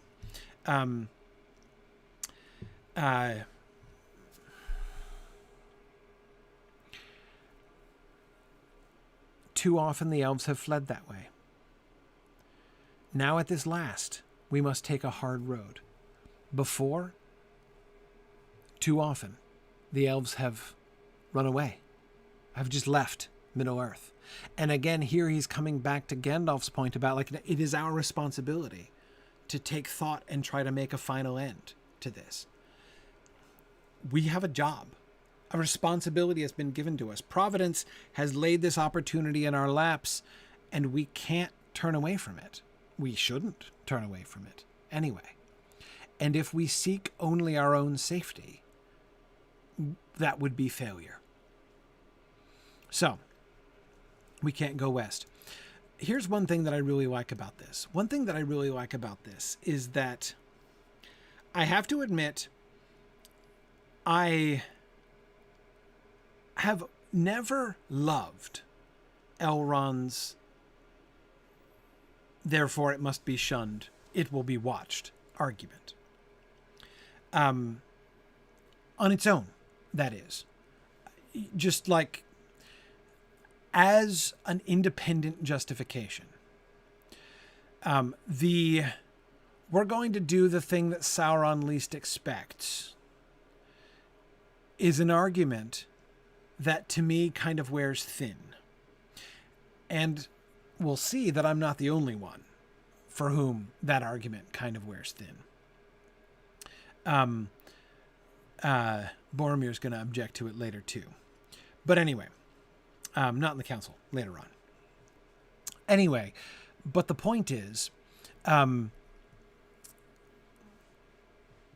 that's not the sum of his argument. He's not saying, hey, there's a simple answer to this. Best thing we can do is what Sauron least expects. That'll be the smartest thing. That's not what he's saying. He does give a reason why they shouldn't go west. Sauron definitely will expect us to do that, because we always have done that. Go west, that is. Flee to the sea. Now at this last we must take a hard road, a road unforeseen. There lies our hope, if hope it be, to walk into peril, to Mordor. We must send the ring to the fire.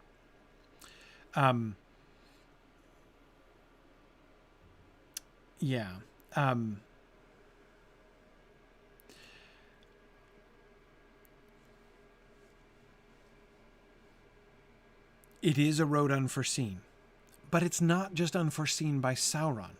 I think his primary point there, yes, it's unforeseen by Sauron, and that'll have advantages down the road, but it's also a road unforeseen by them. When he says a road unforeseen, he's not, I think, giving an argument in defense of it. He's clarifying what he means by saying we must take a hard road. A road unforeseen by us. Go back to Erestor's riddle. Now that Elrond has said it, we must send the ring to the fire. Now that Elrond has said it, doesn't the riddle seem obvious? To hide the ring forever or to unmake it. Those are the only two options, but both are beyond our power. No, they're not. They're only beyond your power if you think in the traditional Elvish paradigm, which means what can we do by our own crafts and skill, or can we pack up and go to Valinor? Like, those are plans A and B in whatever order you tend to pursue them, depending on what kind of elf you are, right? If you're one of the Nandor, you might go one way. If you're the Noldor, you might go another way. But that's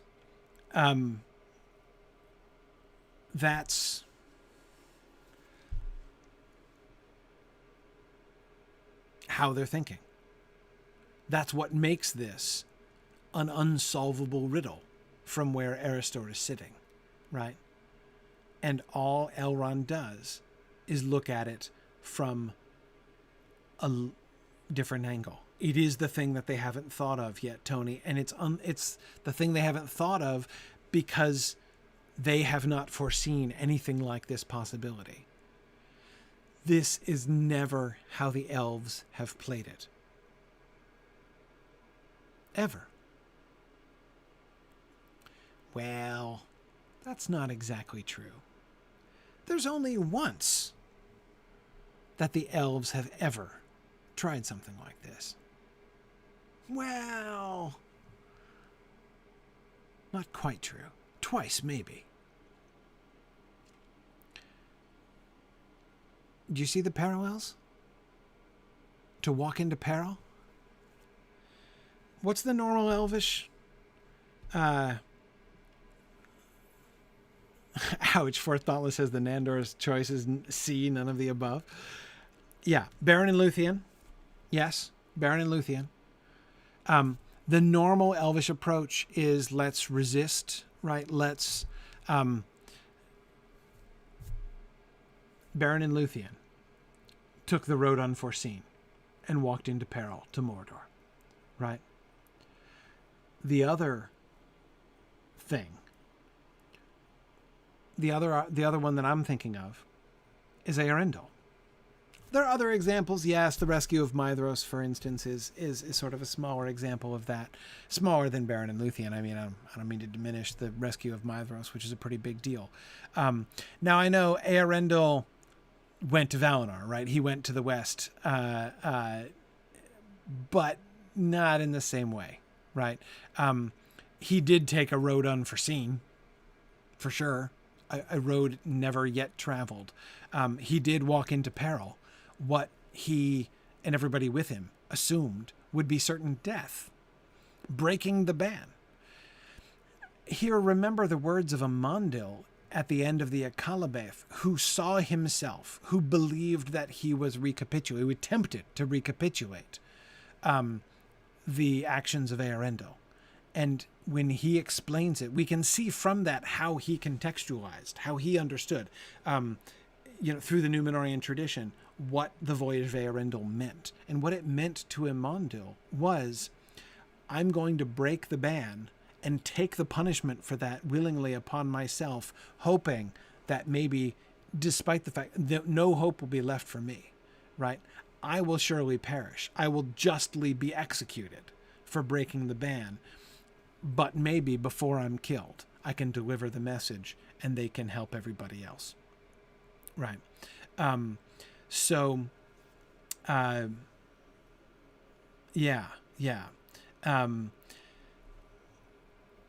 Eärendil, right. True, for Thoughtless, lots of other messengers went before him. Kind of. Doesn't make it any less of a hard road. And the success of it was unforeseen, but no, you're right. You're right. But anyway, point is, those are the two that I was thinking of.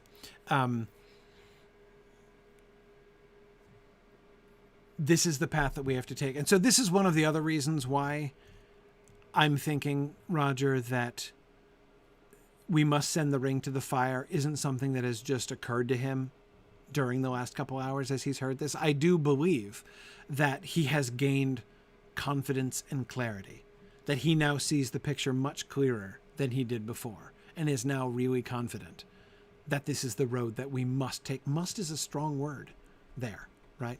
He doesn't say the road that we should take, the road that we might take, the road that we could try, right?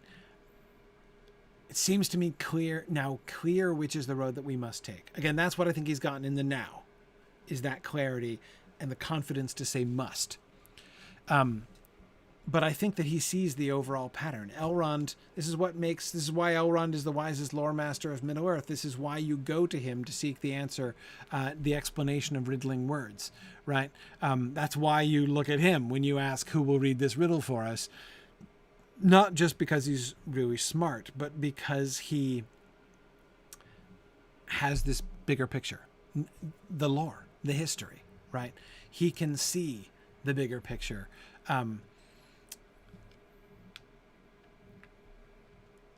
It is time for us to take a road unforeseen, not just by sound, but by us. It's time for us not to play the usual Elvish script. Our hope, if there be hope, it lies on the road unforeseen. And the one thing that I would also say,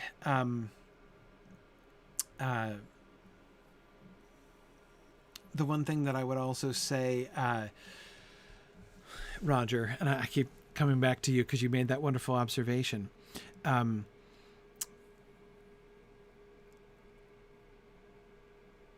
The one other thing in defense of the idea that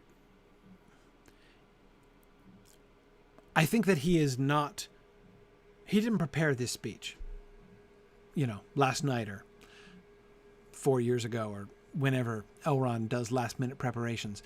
I don't think this is a prepared speech.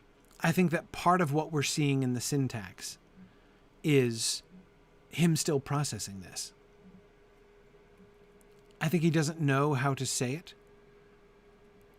It seems clear to him what road they must take. Now at this last we must take a hard road, a road unforeseen. That peril, that structure at the end of that, I talked about the beginning of that sentence, the end of that sentence, he starts speaking in appositives, with the APP, right? APPOSITIVE, appositives. Appositives are when you say something and then you say it again in different words, right? We must take a hard road, a road unforeseen. It's the same thing, said in different words. There lies our hope, if hope it be, to walk into peril, to Mordor. Again, see the appositive shape there? To walk into peril, to Mordor. It's almost like he's not saying it, but it's almost like you could insert the phrase, I mean, in there. To walk into peril. I mean, to Mordor.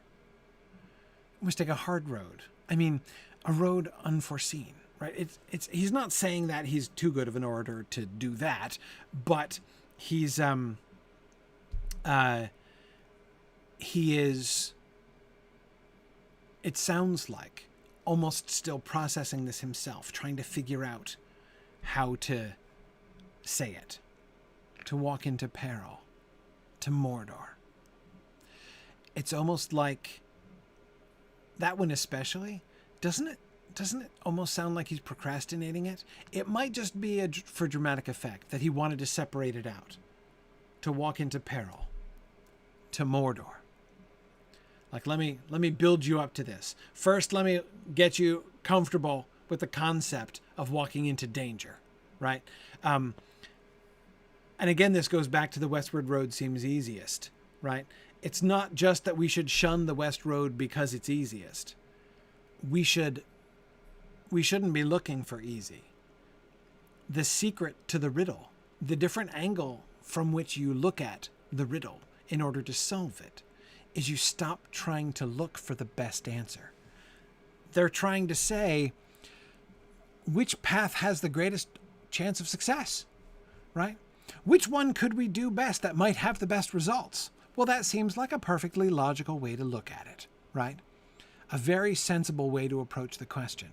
And he says, we can't do it that way.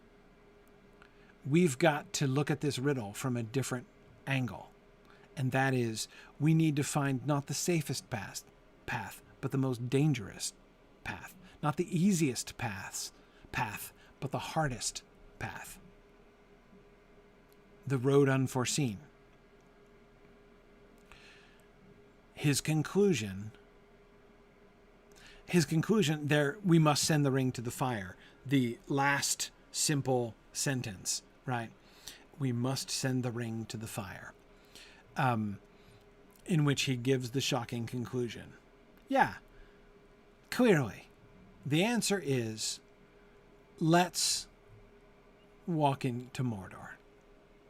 Let's do that. That's what we should do.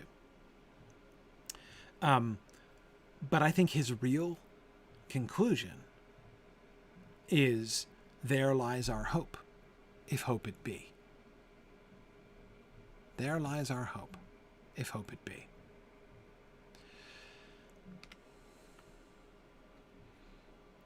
Our hope.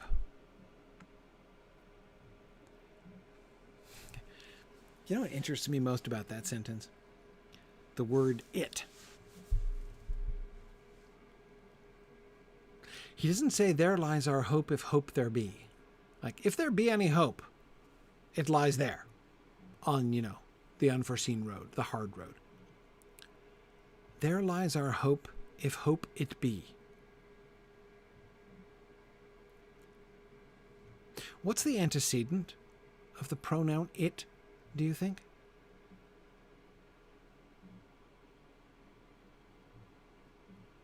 Road?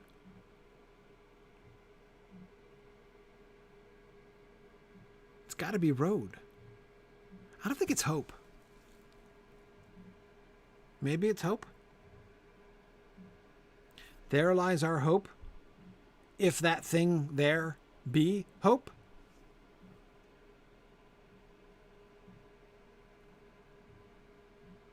Our hope lies there, on the hard road. If that thing that's lying on the hard road is in fact hope. If it be in fact hope. Yeah.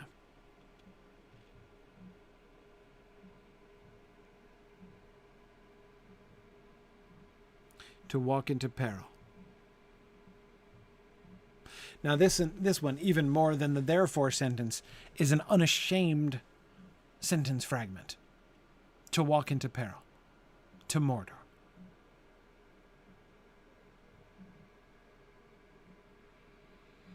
To walk into peril.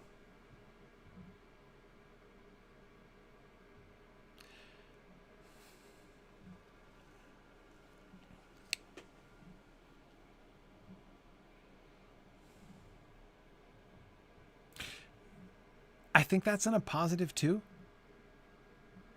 Sorry, I'm trying to think syntactically how that infinitive phrase works. To walk into peril, I mean. Like the previous fragment, therefore it must be shunned, is only a fragment because there's a period instead of a semicolon in front of it, right? There's no independent clause between those end marks, so it's a fragment. But it's almost a complete sentence. It's just a complete sentence. It's a complex sentence with a dramatic pause in the middle, right? So we can still kind of make sense of it syntactically, if you see what I mean. But I'm trying to make sense of to walk into peril, and I think it's in a positive. I think it's in a positive. If hope it be. To walk into peril. That's the hope. He's restating hope. There lies our hope. If hope it be. So we've got like two qualifiers or restatements of hope. There lies our hope. That's the conclusion, right? There lies our hope. That's what's now clear to him. It is clear to him that their hope lies on the hard road, the road unforeseen. If hope it be. Conditional clause. Subjunctive clause. If hope it be. It's a theoretical. He's not certain if it actually is hope or not. It might be hope. That thing. Sounding less clear as he goes along. And then he's got to clarify. So wait, so what's the hope again? To walk into peril. To Mordor. Wait, where does our hope lie? There. Oh, walking into peril. To walk into peril. That's the hope. And by peril you mean, yeah, Mordor. Okay. Had to spell it out. Had to actually drop the proper noun to make sure there can be no question about this. Walk into Mordor is what?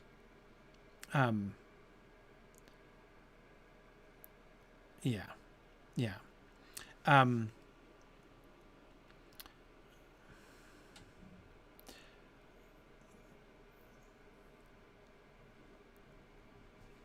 I also am thinking that there's something lost in translation there. With the hope. There lies our hope if hope it be. So what do you think? Few options. There lies our Estelle, if Estelle it be. There lies our Amdir, if Amdir it be. There lies our Amdir, if Estelle it be, or there lies our Estelle, if Amdir it be. What do we think?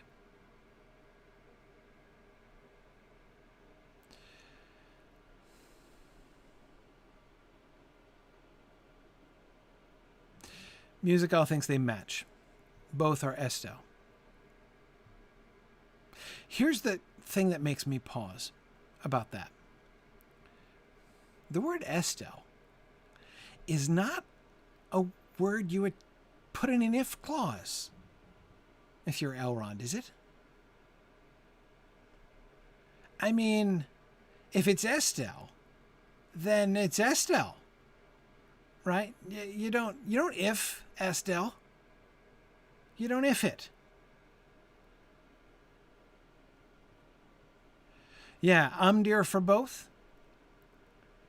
If there be Amdir, because there you can if Amdir all day long, right? Is there any hope? Is there any chance of this turning out well? Right? Might we get a good result?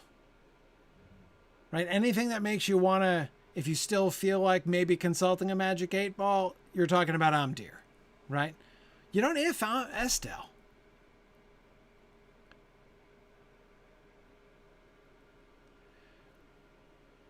There lies, if it be Amdir. Yeah. Yeah. I agree. I think it's all Amdir, Michael, but hang on now. Don't lose confidence in Elrond. Because I agree with Heir of Numenor there. It parallels the none can foretell what will come to pass. Remember, there is a certain way in which all of their previous discussion hinged on Amdir. What's our best shot? Right? So let's calculate the odds, and let's take the option with the best odds. Right? That's Amdir. Straight up Amdir calculation. What's our best chance to win? And he says the solution to the riddle, guys, is not to go there. Don't look for the easiest path.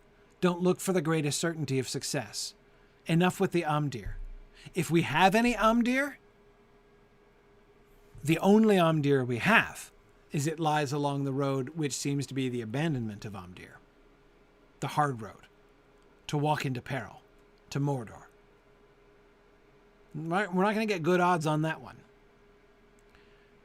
It's the road unforeseen because we're wise. And we can tell that, statistically speaking, the odds of that working out really low. But I, Elrond, am here to tell you, it seems to me clear that that's the way we must take. There lies, if there be any hope. I'm speaking in ifs and I'm speaking in the subjunctive here because I don't know if there's any Amdir here. His point is not recalculating the Amdir.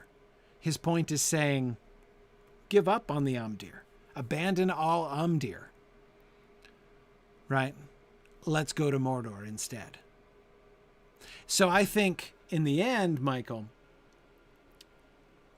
exactly what he's saying is Estelle instead of Amdir, basically. Right?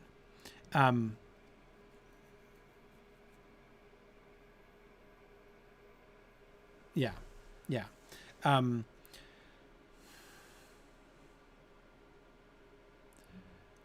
He's not saying to abandon all hope. That's not quite right. But he's reading the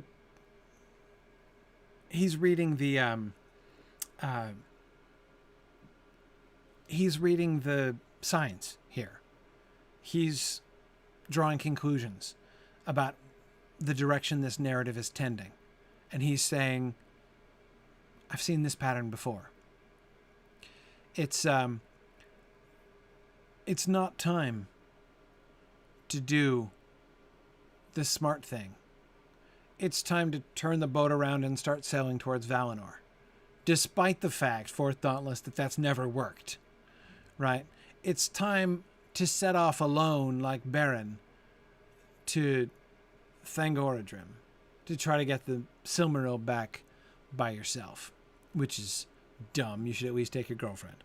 Everybody knows that. I think that's where he ends up.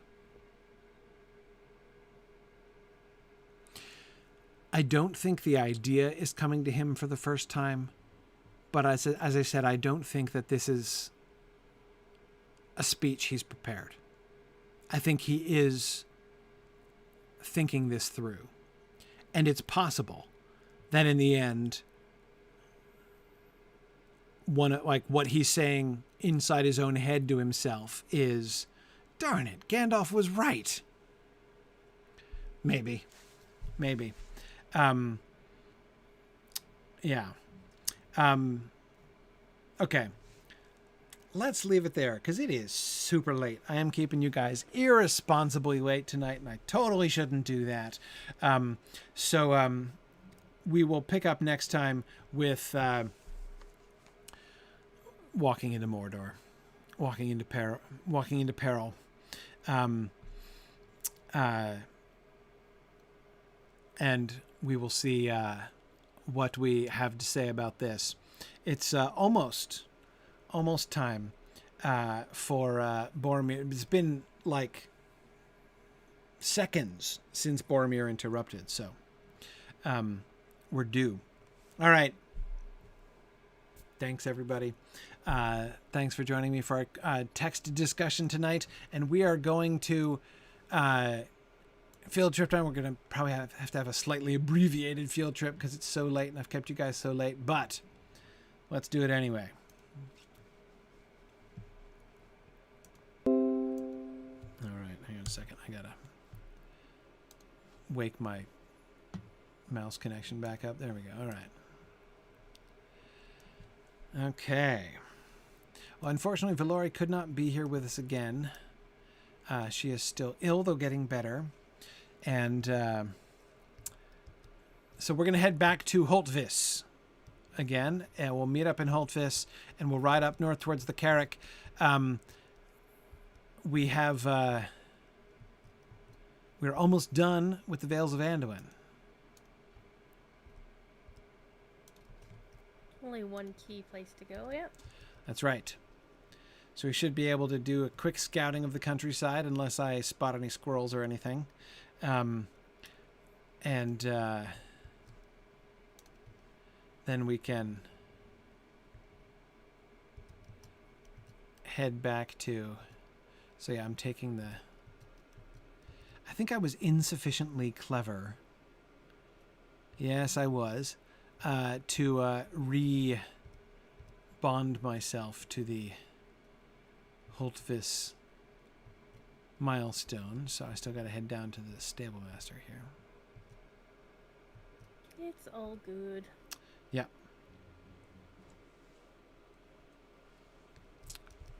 Whoa. Uh-oh, I took a wrong turn. Taking the scenic route to the stable master. You can't get there from there. I know you can't. I had forgotten about this place. The dwarf statue in the middle of Bree. Mm-hmm. Well, to be fair, they occasionally update things in Bree and around. Did I not see this before? Possibly. Is this new? Did you used to be able to get down here? I believe so, and then they took it away. Maybe I only came down here during the taking it away part, because... Yes, exactly. Nancy is saying, I have no memory of this place. That's exactly what I'm thinking. Oh, man. Sorry, taking the scenic route, I know. Or a non-route. Wow, this is awesome. I haven't, gotten lost in Bree in forever. I mean, I know where I am now. But that was cool. I should pay Wes attention more often.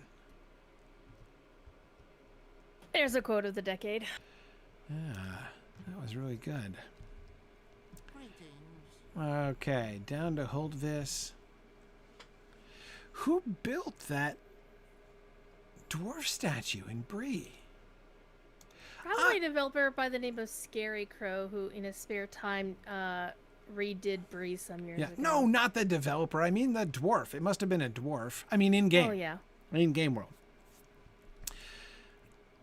Well, is it I don't think Handy or Longbeard? I don't think that Grifflet was there. I don't think that Grifflet saw that when he was doing Bree. Was this dude always here? This red-headed dude? Yeah, it's a quest thing. Yeah.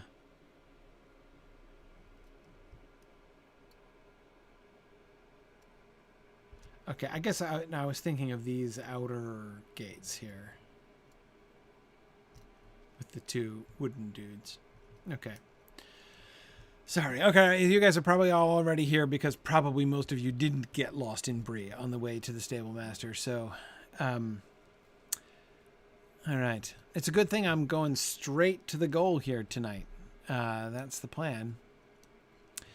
Now, let's see. We're going to go north, and we're going to find the Carrick, and we're going to kind of take a right. Kind of. All right. That's totally the plan. Without any... But as we know, the plans of mice and Professor Self. Yeah. Without any distractions or any false turns, we're going to go to the Carrick and we're going to take a right and head out across the lands that we were looking at from afar and above at the Carrick. I am sure that's what's going to happen. Where are we on the map? Okay. We're making progress. We're riding up past the bridge now. Which makes me wonder. Where was the bridge supposed to come out? Is this tumble downhill? Yeah, see, there it is. I can see it right up there. So hang on. So the road actually came out like here-ish? No, still not quite there. No, it's further back. Further back? It's actually kind of, yeah, it's kind of hard to see the other side of the bridge because it is covered over with trees and oh, yeah, no, you're right. We're looking at it from the side now. I'm sorry. No, you're right. Okay, it must have been further back. Okay. All right. That's fine. Oh, you found a ways back? Okay, good. At least as long as it exists. As long as it exists. Nice little rill here. I think that's the first time they had a proper rill in the game. Like a tiny little creek. Yeah. Was that the first one? Yeah, pretty much. They really didn't do a lot with like tiny. They always go for the big honking rivers, like the Anduin. Yeah, yeah. I mean, I was. It caught my eye as I just rode by. I was about to stop and say, "What's that?" when I noticed it was a stream. So I mean, it kind of struck me in that way as well, of being something rather out of the ordinary. So these boulders that are all here, like some giant flung them out here, and like the Carrick is. Like a big, huge rock flung out into the stream by a giant among giants? Very possibly. Yeah. Yeah. Okay. Because, of course, in the Misties, we did have trolls. Right. So that's the Carrick there. And these things that are stalking us are wargs, right? Mm-hmm. Well, they're Gundabad wargs. They're a ways from home. Are they? Well, I guess we're getting kind of closer, aren't we? Okay, here is the split in the road. Okay. But I suppose there's nothing up to the north until we cross the border. And I did cross the border last time, didn't I? Into the next map up. Accidentally, yeah. Yeah, okay, all right, I've seen it. Okay, fine. Turning right. Off we go, turning right. Now, notice how the road changes immediately. There's still some evidence, not of flagstones, but... Wait, oh, and now we've ended. No more road. Why does it go even this far? So it becomes overgrown as soon as you go this way, and then it peters out sharply, like... Huh.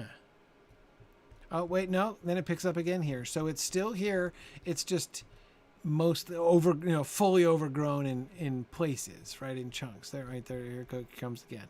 Boy, it's trying to shake us. Not a lot of traffic out this way. Right. So this suggests that this was a well-traveled road once, which means... Right, of course it would be, because this is going to be the road that's going to go up to the Mirkwood Gate, not the one that they were aiming for originally, which is the one that we were looking at, the gate down here, that the bridge was leading to primarily, it would seem. But there is this secondary gate up here, the one that Bjorn leads them to, which is a legitimate path. It's the elf path, right? So it's not just like Bjorn is like, I know a place where there's kind of a crack in the trees that you can sneak through, right? He's bringing them to a legitimate gate into a legitimate road through Mirkwood. And so that's what this road must have gone to before it fell into disuse, which has led it to become very largely overgrown. And the elves would have trodden very lightly, so they wouldn't have ground much of a path down with heavy carts and whatnot. Oh, who? The Bjornings, you mean? Well, the elves, if they also use this for commerce. Right, the elves, if they used this, yes. And it does suggest that, well, I kind of wonder if dwarves did use it more in the old days. But, yeah, these big patches of flowers, which are really lovely, by the way. The bees love them. Yes. I love the bees flying around. Slightly left in behind you is vines, grapevines. Right, yeah, I forgot to comment on it, but I was noticing the vineyard. I love the bees. The bees are such a wonderful touch. Non-aggressive insects that are part of the landscape is also a kind of a newish thing, right? Oh, there's those too. But I love it. I love the buzzing of the bees around the flowers.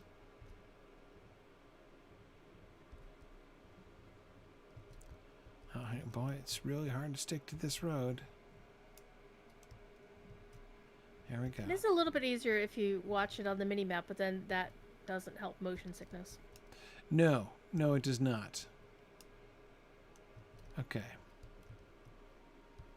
So these are his bee pastures, Bjorn's bee pastures we're coming through. And of course, these rocks that we're passing, this was the border of the original starting instance for Bjornings. Right. Yes, I have vague memories of getting out about this far and vainly attempting to go further and being sadly and ultimately thwarted. Were they always this lovely? Is the pink new? I think the pink is new. I remember the purple. I haven't done a Bjorning in a long time, but I think they did spruce the area up a little bit when they turned it into a regular questing area. Yeah. Because this all used to just be instance elsewhere. And the developers can copy certain zones and areas to have like two different versions, like, the flooded and non-flooded and post-flooded. Right, Isengard. Isengard, yeah. Mm-hmm. Or the 5 different versions of Minas Tirith. Right. Or Meduseld as well. Or maybe the soon-to-be 5 different versions of the Shire. Ooh. Yes. May that day never come to pass. How depressing would it be to have your character stuck in like the Sharky phase of the Shire? Now, hang on a second. The road breaks off here. Where are we? Oh, man. Where does this go? It's just me? Isn't there a road that leads up this way? Yeah. There. Oh, no, it's to the res circle. Mm-hmm. Okay. All right. I found where it's headed. And it doesn't go far. Okay. All right. That makes sense.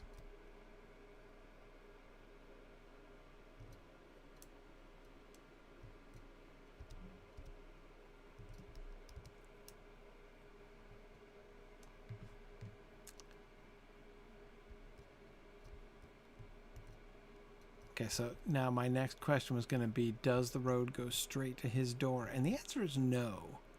It continues on here past it, right? I mean, there's a branch that leads to his door. Although, I mean, the straighter path, I guess it does kind of look more like the road goes straight to his door and a branch goes off towards the forest. I ask because I'm thinking about this because this road and the apparent antiquity of the road suggests that dwarves probably made it in older times and that it's fallen into disrepair, but why would the road in the same state of disrepair be coming to Bjorn's house? Well, the dwarves would have to pay tolls to get through. Right. Which makes me wonder where the turnpikes are. I see no pikes. I'm personally guessing that, these Bjorn guards would be very sharp-eyed and they would see people passing through. And then if, for example, somebody tried to come through without paying the tolls, they would have a swift visitation of the Bjornings. Right. Possibly invisible with axes. No, they did patch that out last week.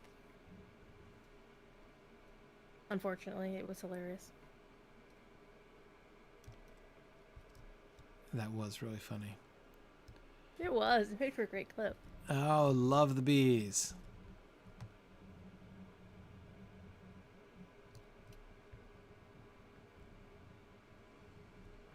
The beehive's made of wicker? Appears to be so.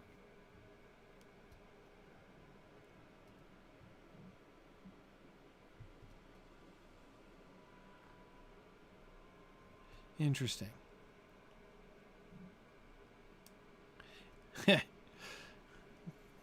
Kyrie says if I like the bees, I should try the spring festival instances. Oh. Yeah, there is a new festivity featuring Grim Bjorn. Oh, yeah?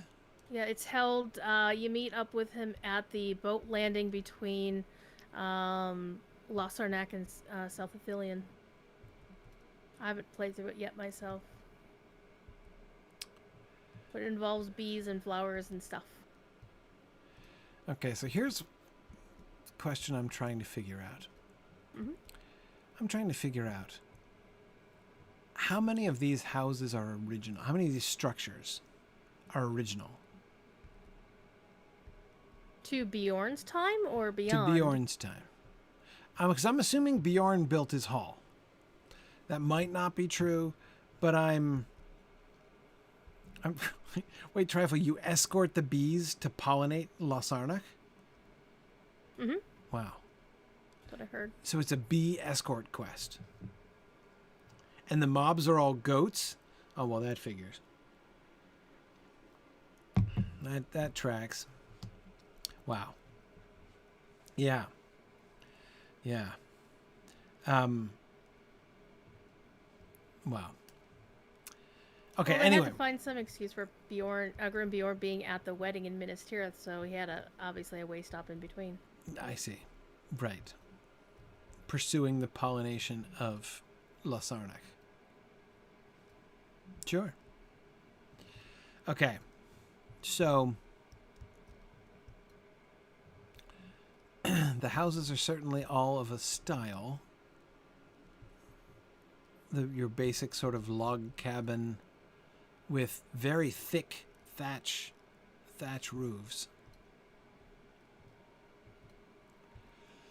I like the way it's not framed in the same way that like the Rohirrim houses are, which they are often thatched as well. Not always, but often. But they have like the high beams on the ends, you know? Right. The thatch is almost overgrowing the roofs. Yeah, they almost look like sort of snowdrifts. They actually kind of do. Yeah, on top of the buildings, which is kind of fun. And the beams aren't perfectly straight. Like, look at those. I mean, look at those beams. Like, what are those beams even doing? They're definitely more natural and functional rather than decorative. The Rohirrim were very fond of decoration. Yeah. Yeah, These are more they're still left functional. rough. Yeah, agreed.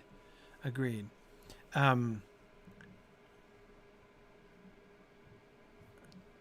okay, sorry, I'm looking at the oh, this is the Bjorning trainer you can take that horse to, right? Hmm. I remember that. It's been a long time since I've played my Bjorning. My Bjorning has been left she's my cook alt. So she's been in the kitchen for a long time now.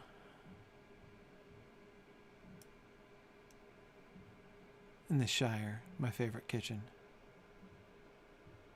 Enormous honeycombs here. And these beams are just for the bees. It appears so. I mean, you wouldn't need flying buttresses for this structure. No, it's not sure. supporting, it's not structural at all. That's clear. Those beams are just resting on the crown of the roof. Yeah, there's not even any ropes keeping them attached. Not that we can see. So yes, this seems to be like an outer framework slapped onto the house just to accommodate more honeycombs, whose size make those squat little wicker beehives look singularly inadequate. Well, if you look at the size of the queen I'm looking at right now, you can kind of see why those are that small. Wait, when you're looking at the what? There is a bee hovering over the beam that I'm looking at right now. Big. Wow. Yeah. Good grief. The one that's the size of a goat? Yes. Okay. Size of a small child. Yeah.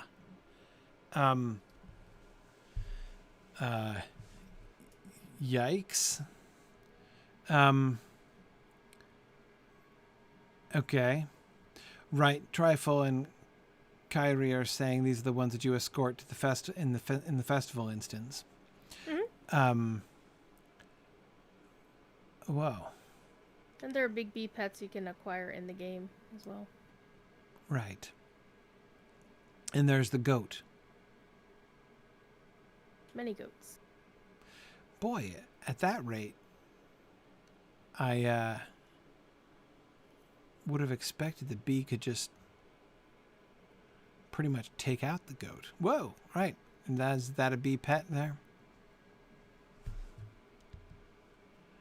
All right. Dumbledore the Bumblebee. That's good. Mm-hmm. Strong work there, Rosie Lass. Dumbledore is the perfect name for your pet bee.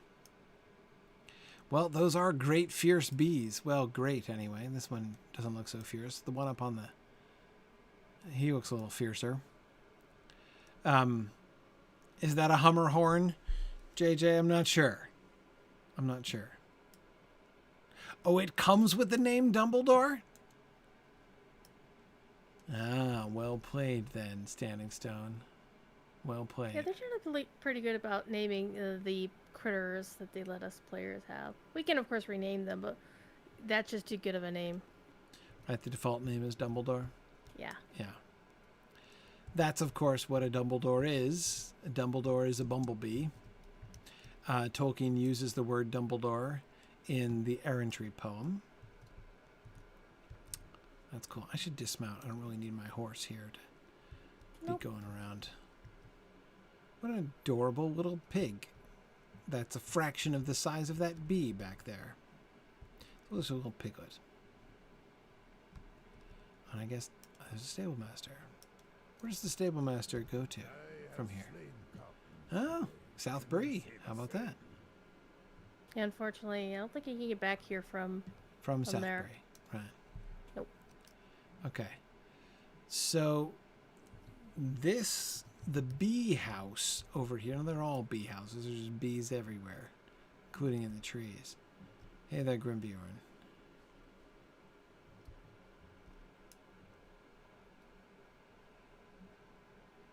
Was this all here? Love the door.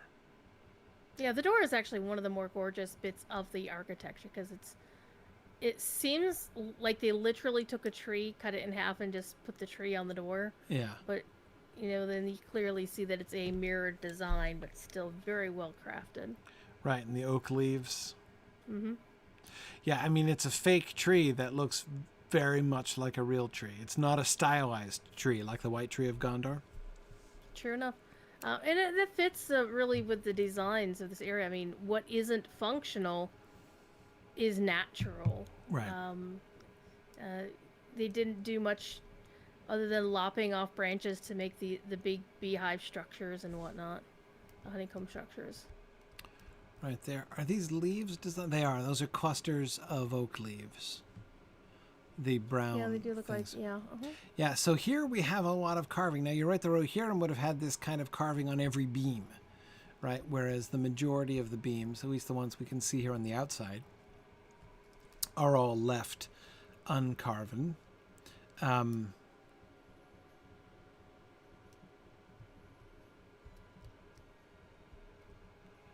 wondering about the lampposts. The lampposts are, have been fashioned. Yeah, I was just going to comment on the just, lampposts. They're just... Maybe they were gifts from either the elves or the dwarves. Seems a good theory.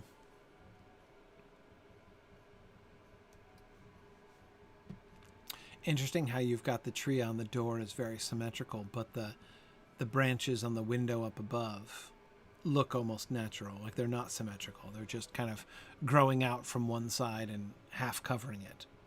As if there was a tree off to the side, or the doorpost itself is the tree. Exactly. Sorry, I don't mean to diss Bjorn here. I just wanted to look around before I go in. Oh, he won't mind. He'll just grump at you. But I figured What's really he'd do that interesting is because you're not at the certain point of the story, you don't see all the other NPCs that some of us might be seeing. Right. You'll get there someday. Yep. See, some of these little sheds, we know that Bjorn had outbuildings because it's mentioned. There's a little outdoor bath. It is. It's a tub. This is not a tub. It's not a tub. It's a wheelbarrow. No, look at the stains. Look at the stains. Remember, we saw vines. Oh, it's a wine press. Right. With bear paws in it. With bear paws. Yeah, it's the best. Nice. Love it. It's like a bath. It's like a tub. It's a special kind of tub. That little tub over there is definitely a bath because I see suds and stuff bubbling up. I think this was a gift. I am thinking it was Elvish. It looks... Absolutely. It screams Elvish to me. Exactly. This gray trellis work around the side, the wooden trellis, it's left as raw wood because it's for Bjorn. But yeah, that and we know the elves love their wine. Yeah, this has wood elf written all over it. This says Thranduil thanks Bjorn for all his years and years of fine drinking. That's right. Look at the bubbles coming up off the tub. Yeah, I think that's more of a bath thing, but I don't know anything like that would have. But it's purpley. I don't remember the quest. There is a quest that you actually have to use these, but I don't honestly remember if that's part of the winemaking process or not. Yeah. Because it looks like a bubble bath to me that somebody threw a bath bomb in. Yeah. Now, as Nancy suggests, the elves pay their toll in woodwork. I could easily believe that wine press was a gift. Was a toll. Oh, that's fun. Yeah, Rosie remembers the quest has you wash your feet. Okay, there you go. When you're done squishing the wine, or the grapes into wine, your feet are going to be kind of dirty. Right. And now you've got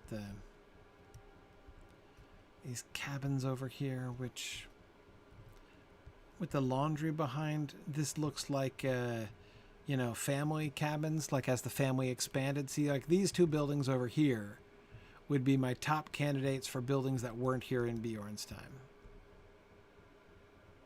They look like expansion cabins.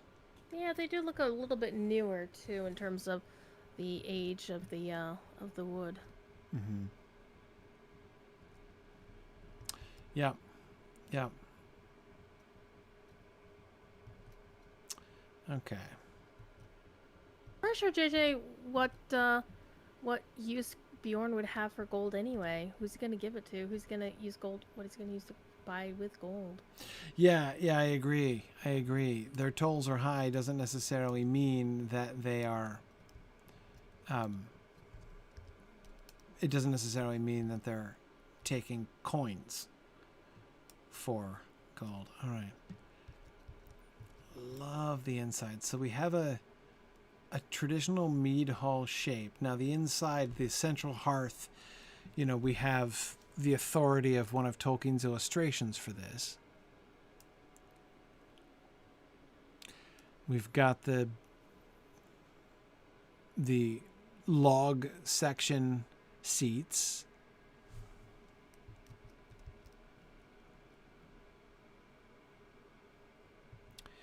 We've got the vegetarian meal. Yep, berries, porridge, more berries, honeycomb, beeswax candles. Yeah, love the beeswax candles. Cheddar Bay biscuits. Right.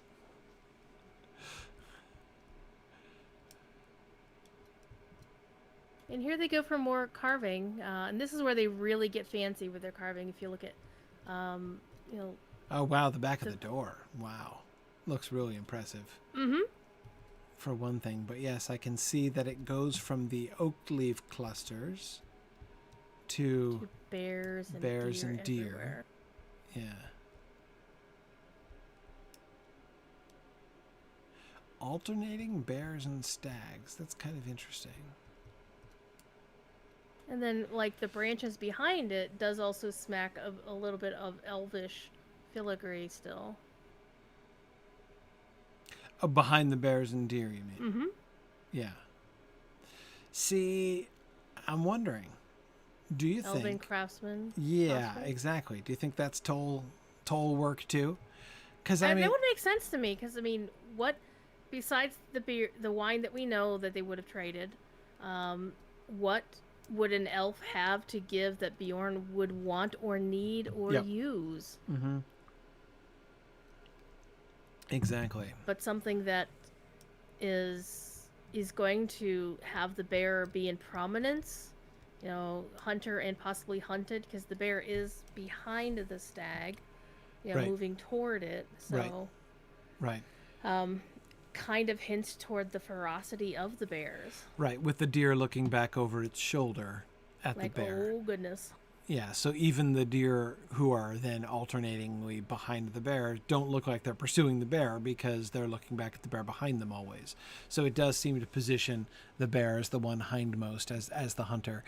Yeah, I don't even see Bjorn himself choosing to artistically represent bears a whole lot in his house. Like, that doesn't even seem to me like necessary that would happen. Yeah, he'd be more like, like his chair here. It right. has a bear on it, but that's the only Elvish part of the decoration. Everything else screams Bjorn. Right. A comfortable seat, a wide chair, and the branches that sort of look like horns. And I'm betting... Oh, just no, like branches. I bet wrong. They They're don't just need a horn, attached. it's a tree. Yeah. Exactly. So, when you look at the, obviously the center of the hall is dominated by these trees, which look like they could just be living trees. Like the hall could have been built around them, conceivably. Possibly, but if so, they would have leaves, and I'm not seeing anything that looks like leaves anywhere. No, well, they would be dead because they're not getting any sun anymore. They're inside. Well, their crowns would be outside, would be through the roof. If they let them continue up through the roof. I see. It almost looks like they do. But in any case, what I'm contrasting is those carven beams and the trees in the middle, right?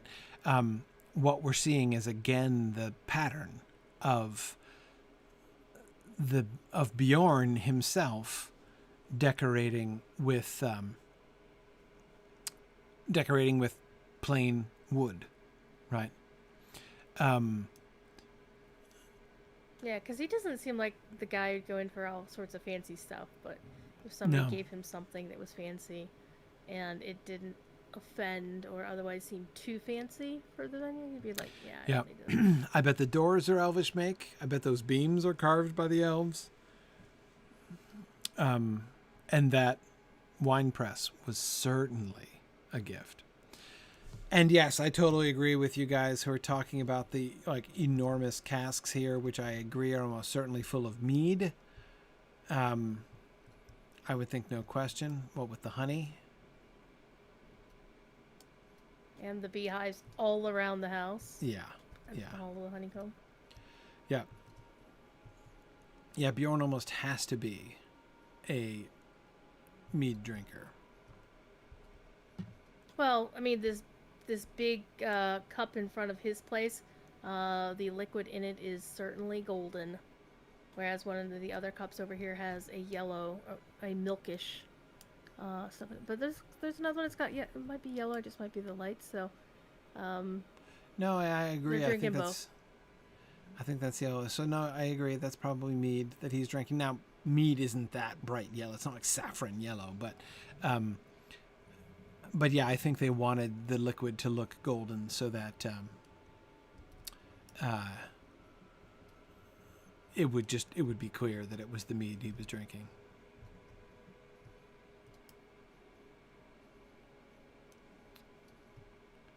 Yeah, Catriona makes a really good point. She says that it's interesting that there's wood planks on the inside of the house, but the outside is thatched. In the roof. Yeah, I think the thatch is just like the covering, to waterproof the planks. But it is interesting that they're full planks. Yeah, and they're definitely more... And all the way around, like there's no louver.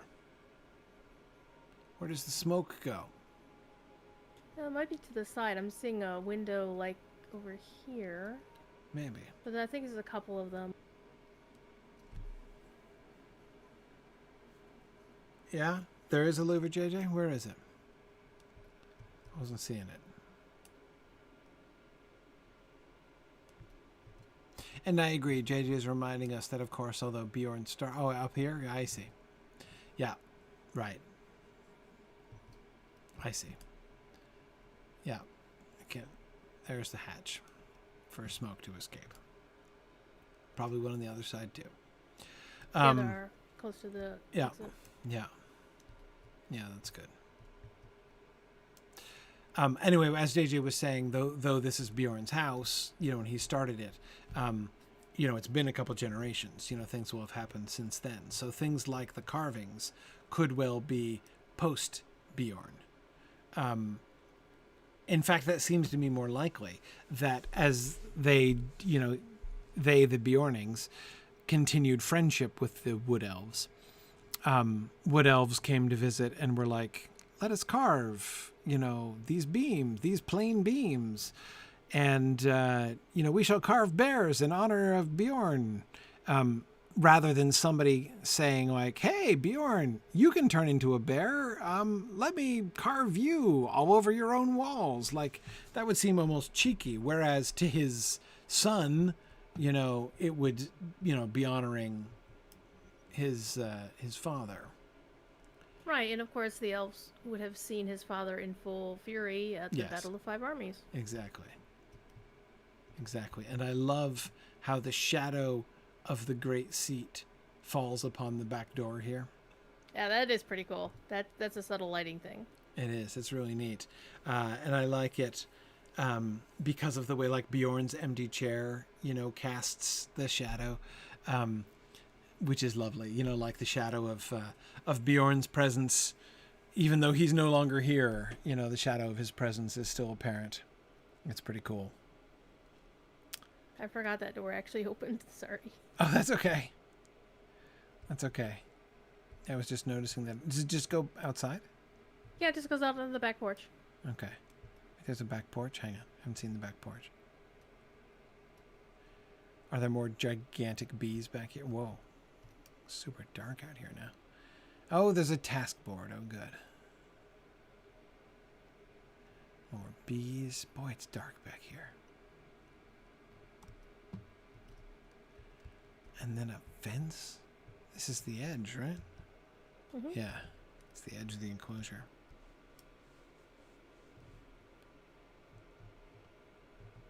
Okay. Cool. Well, it is super late. I've been so irresponsible tonight and kept everybody super late. So I'm going to let folks go.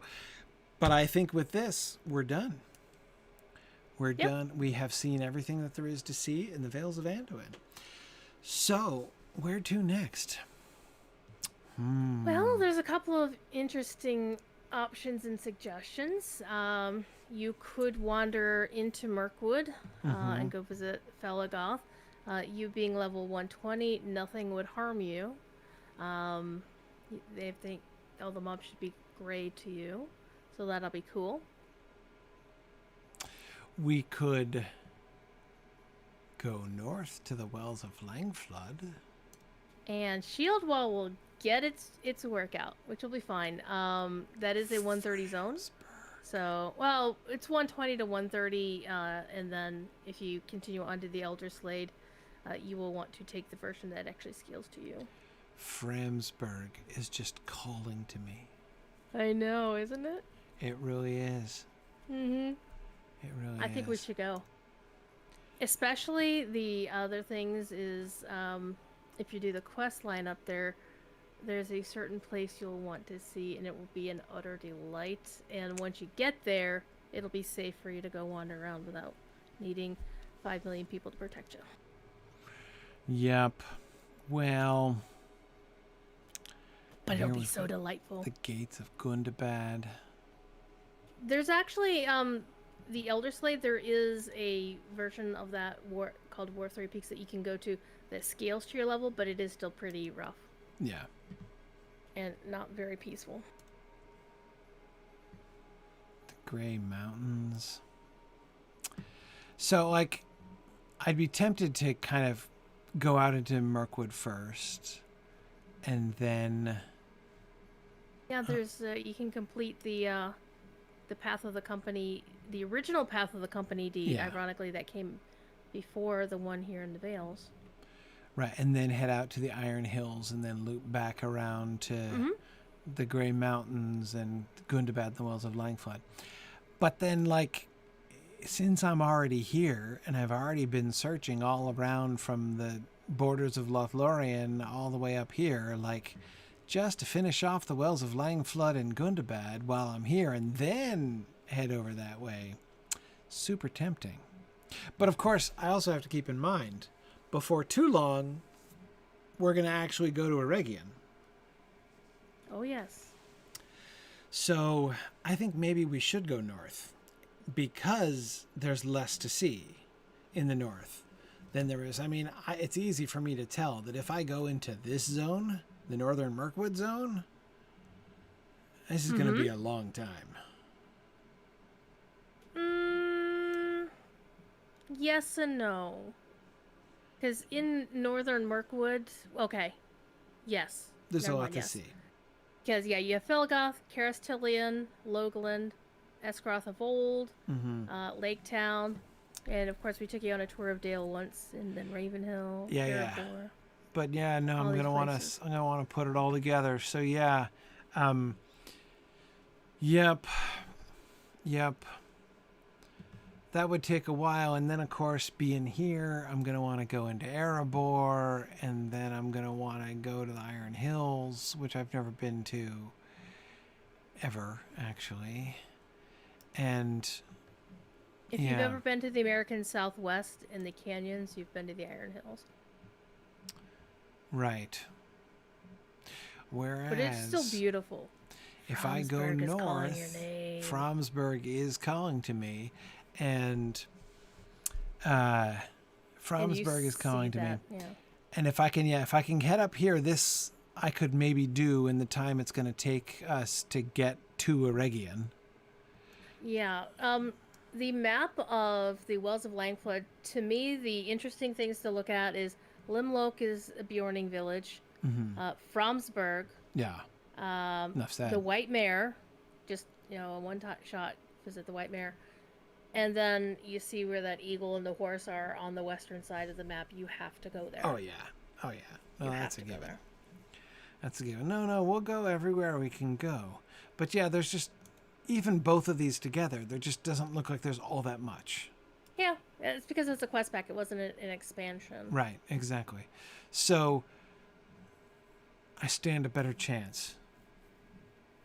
Okay, all right. We'll do it. We'll continue. We'll keep you alive. We'll continue north. So what we'll do is we'll start again from Holdvist, and we'll just keep going north past the Carrick and up. And then we can get to Limlock hopefully next time, and we can hopefully milestone there. Yeah, there's a milestone here, but are we really closer? I guess we're closer.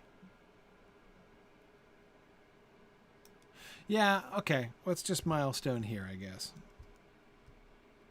Yep. A milestone out front, which, as I recall, is where the milestone was. Yeah, it's out front. Okay. All right.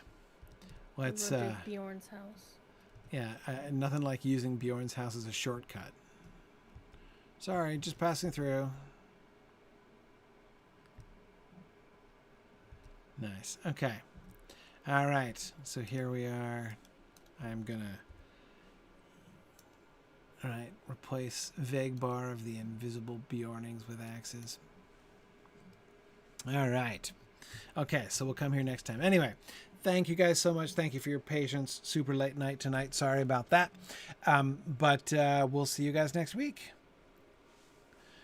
All right. Good night, everybody. Bye now.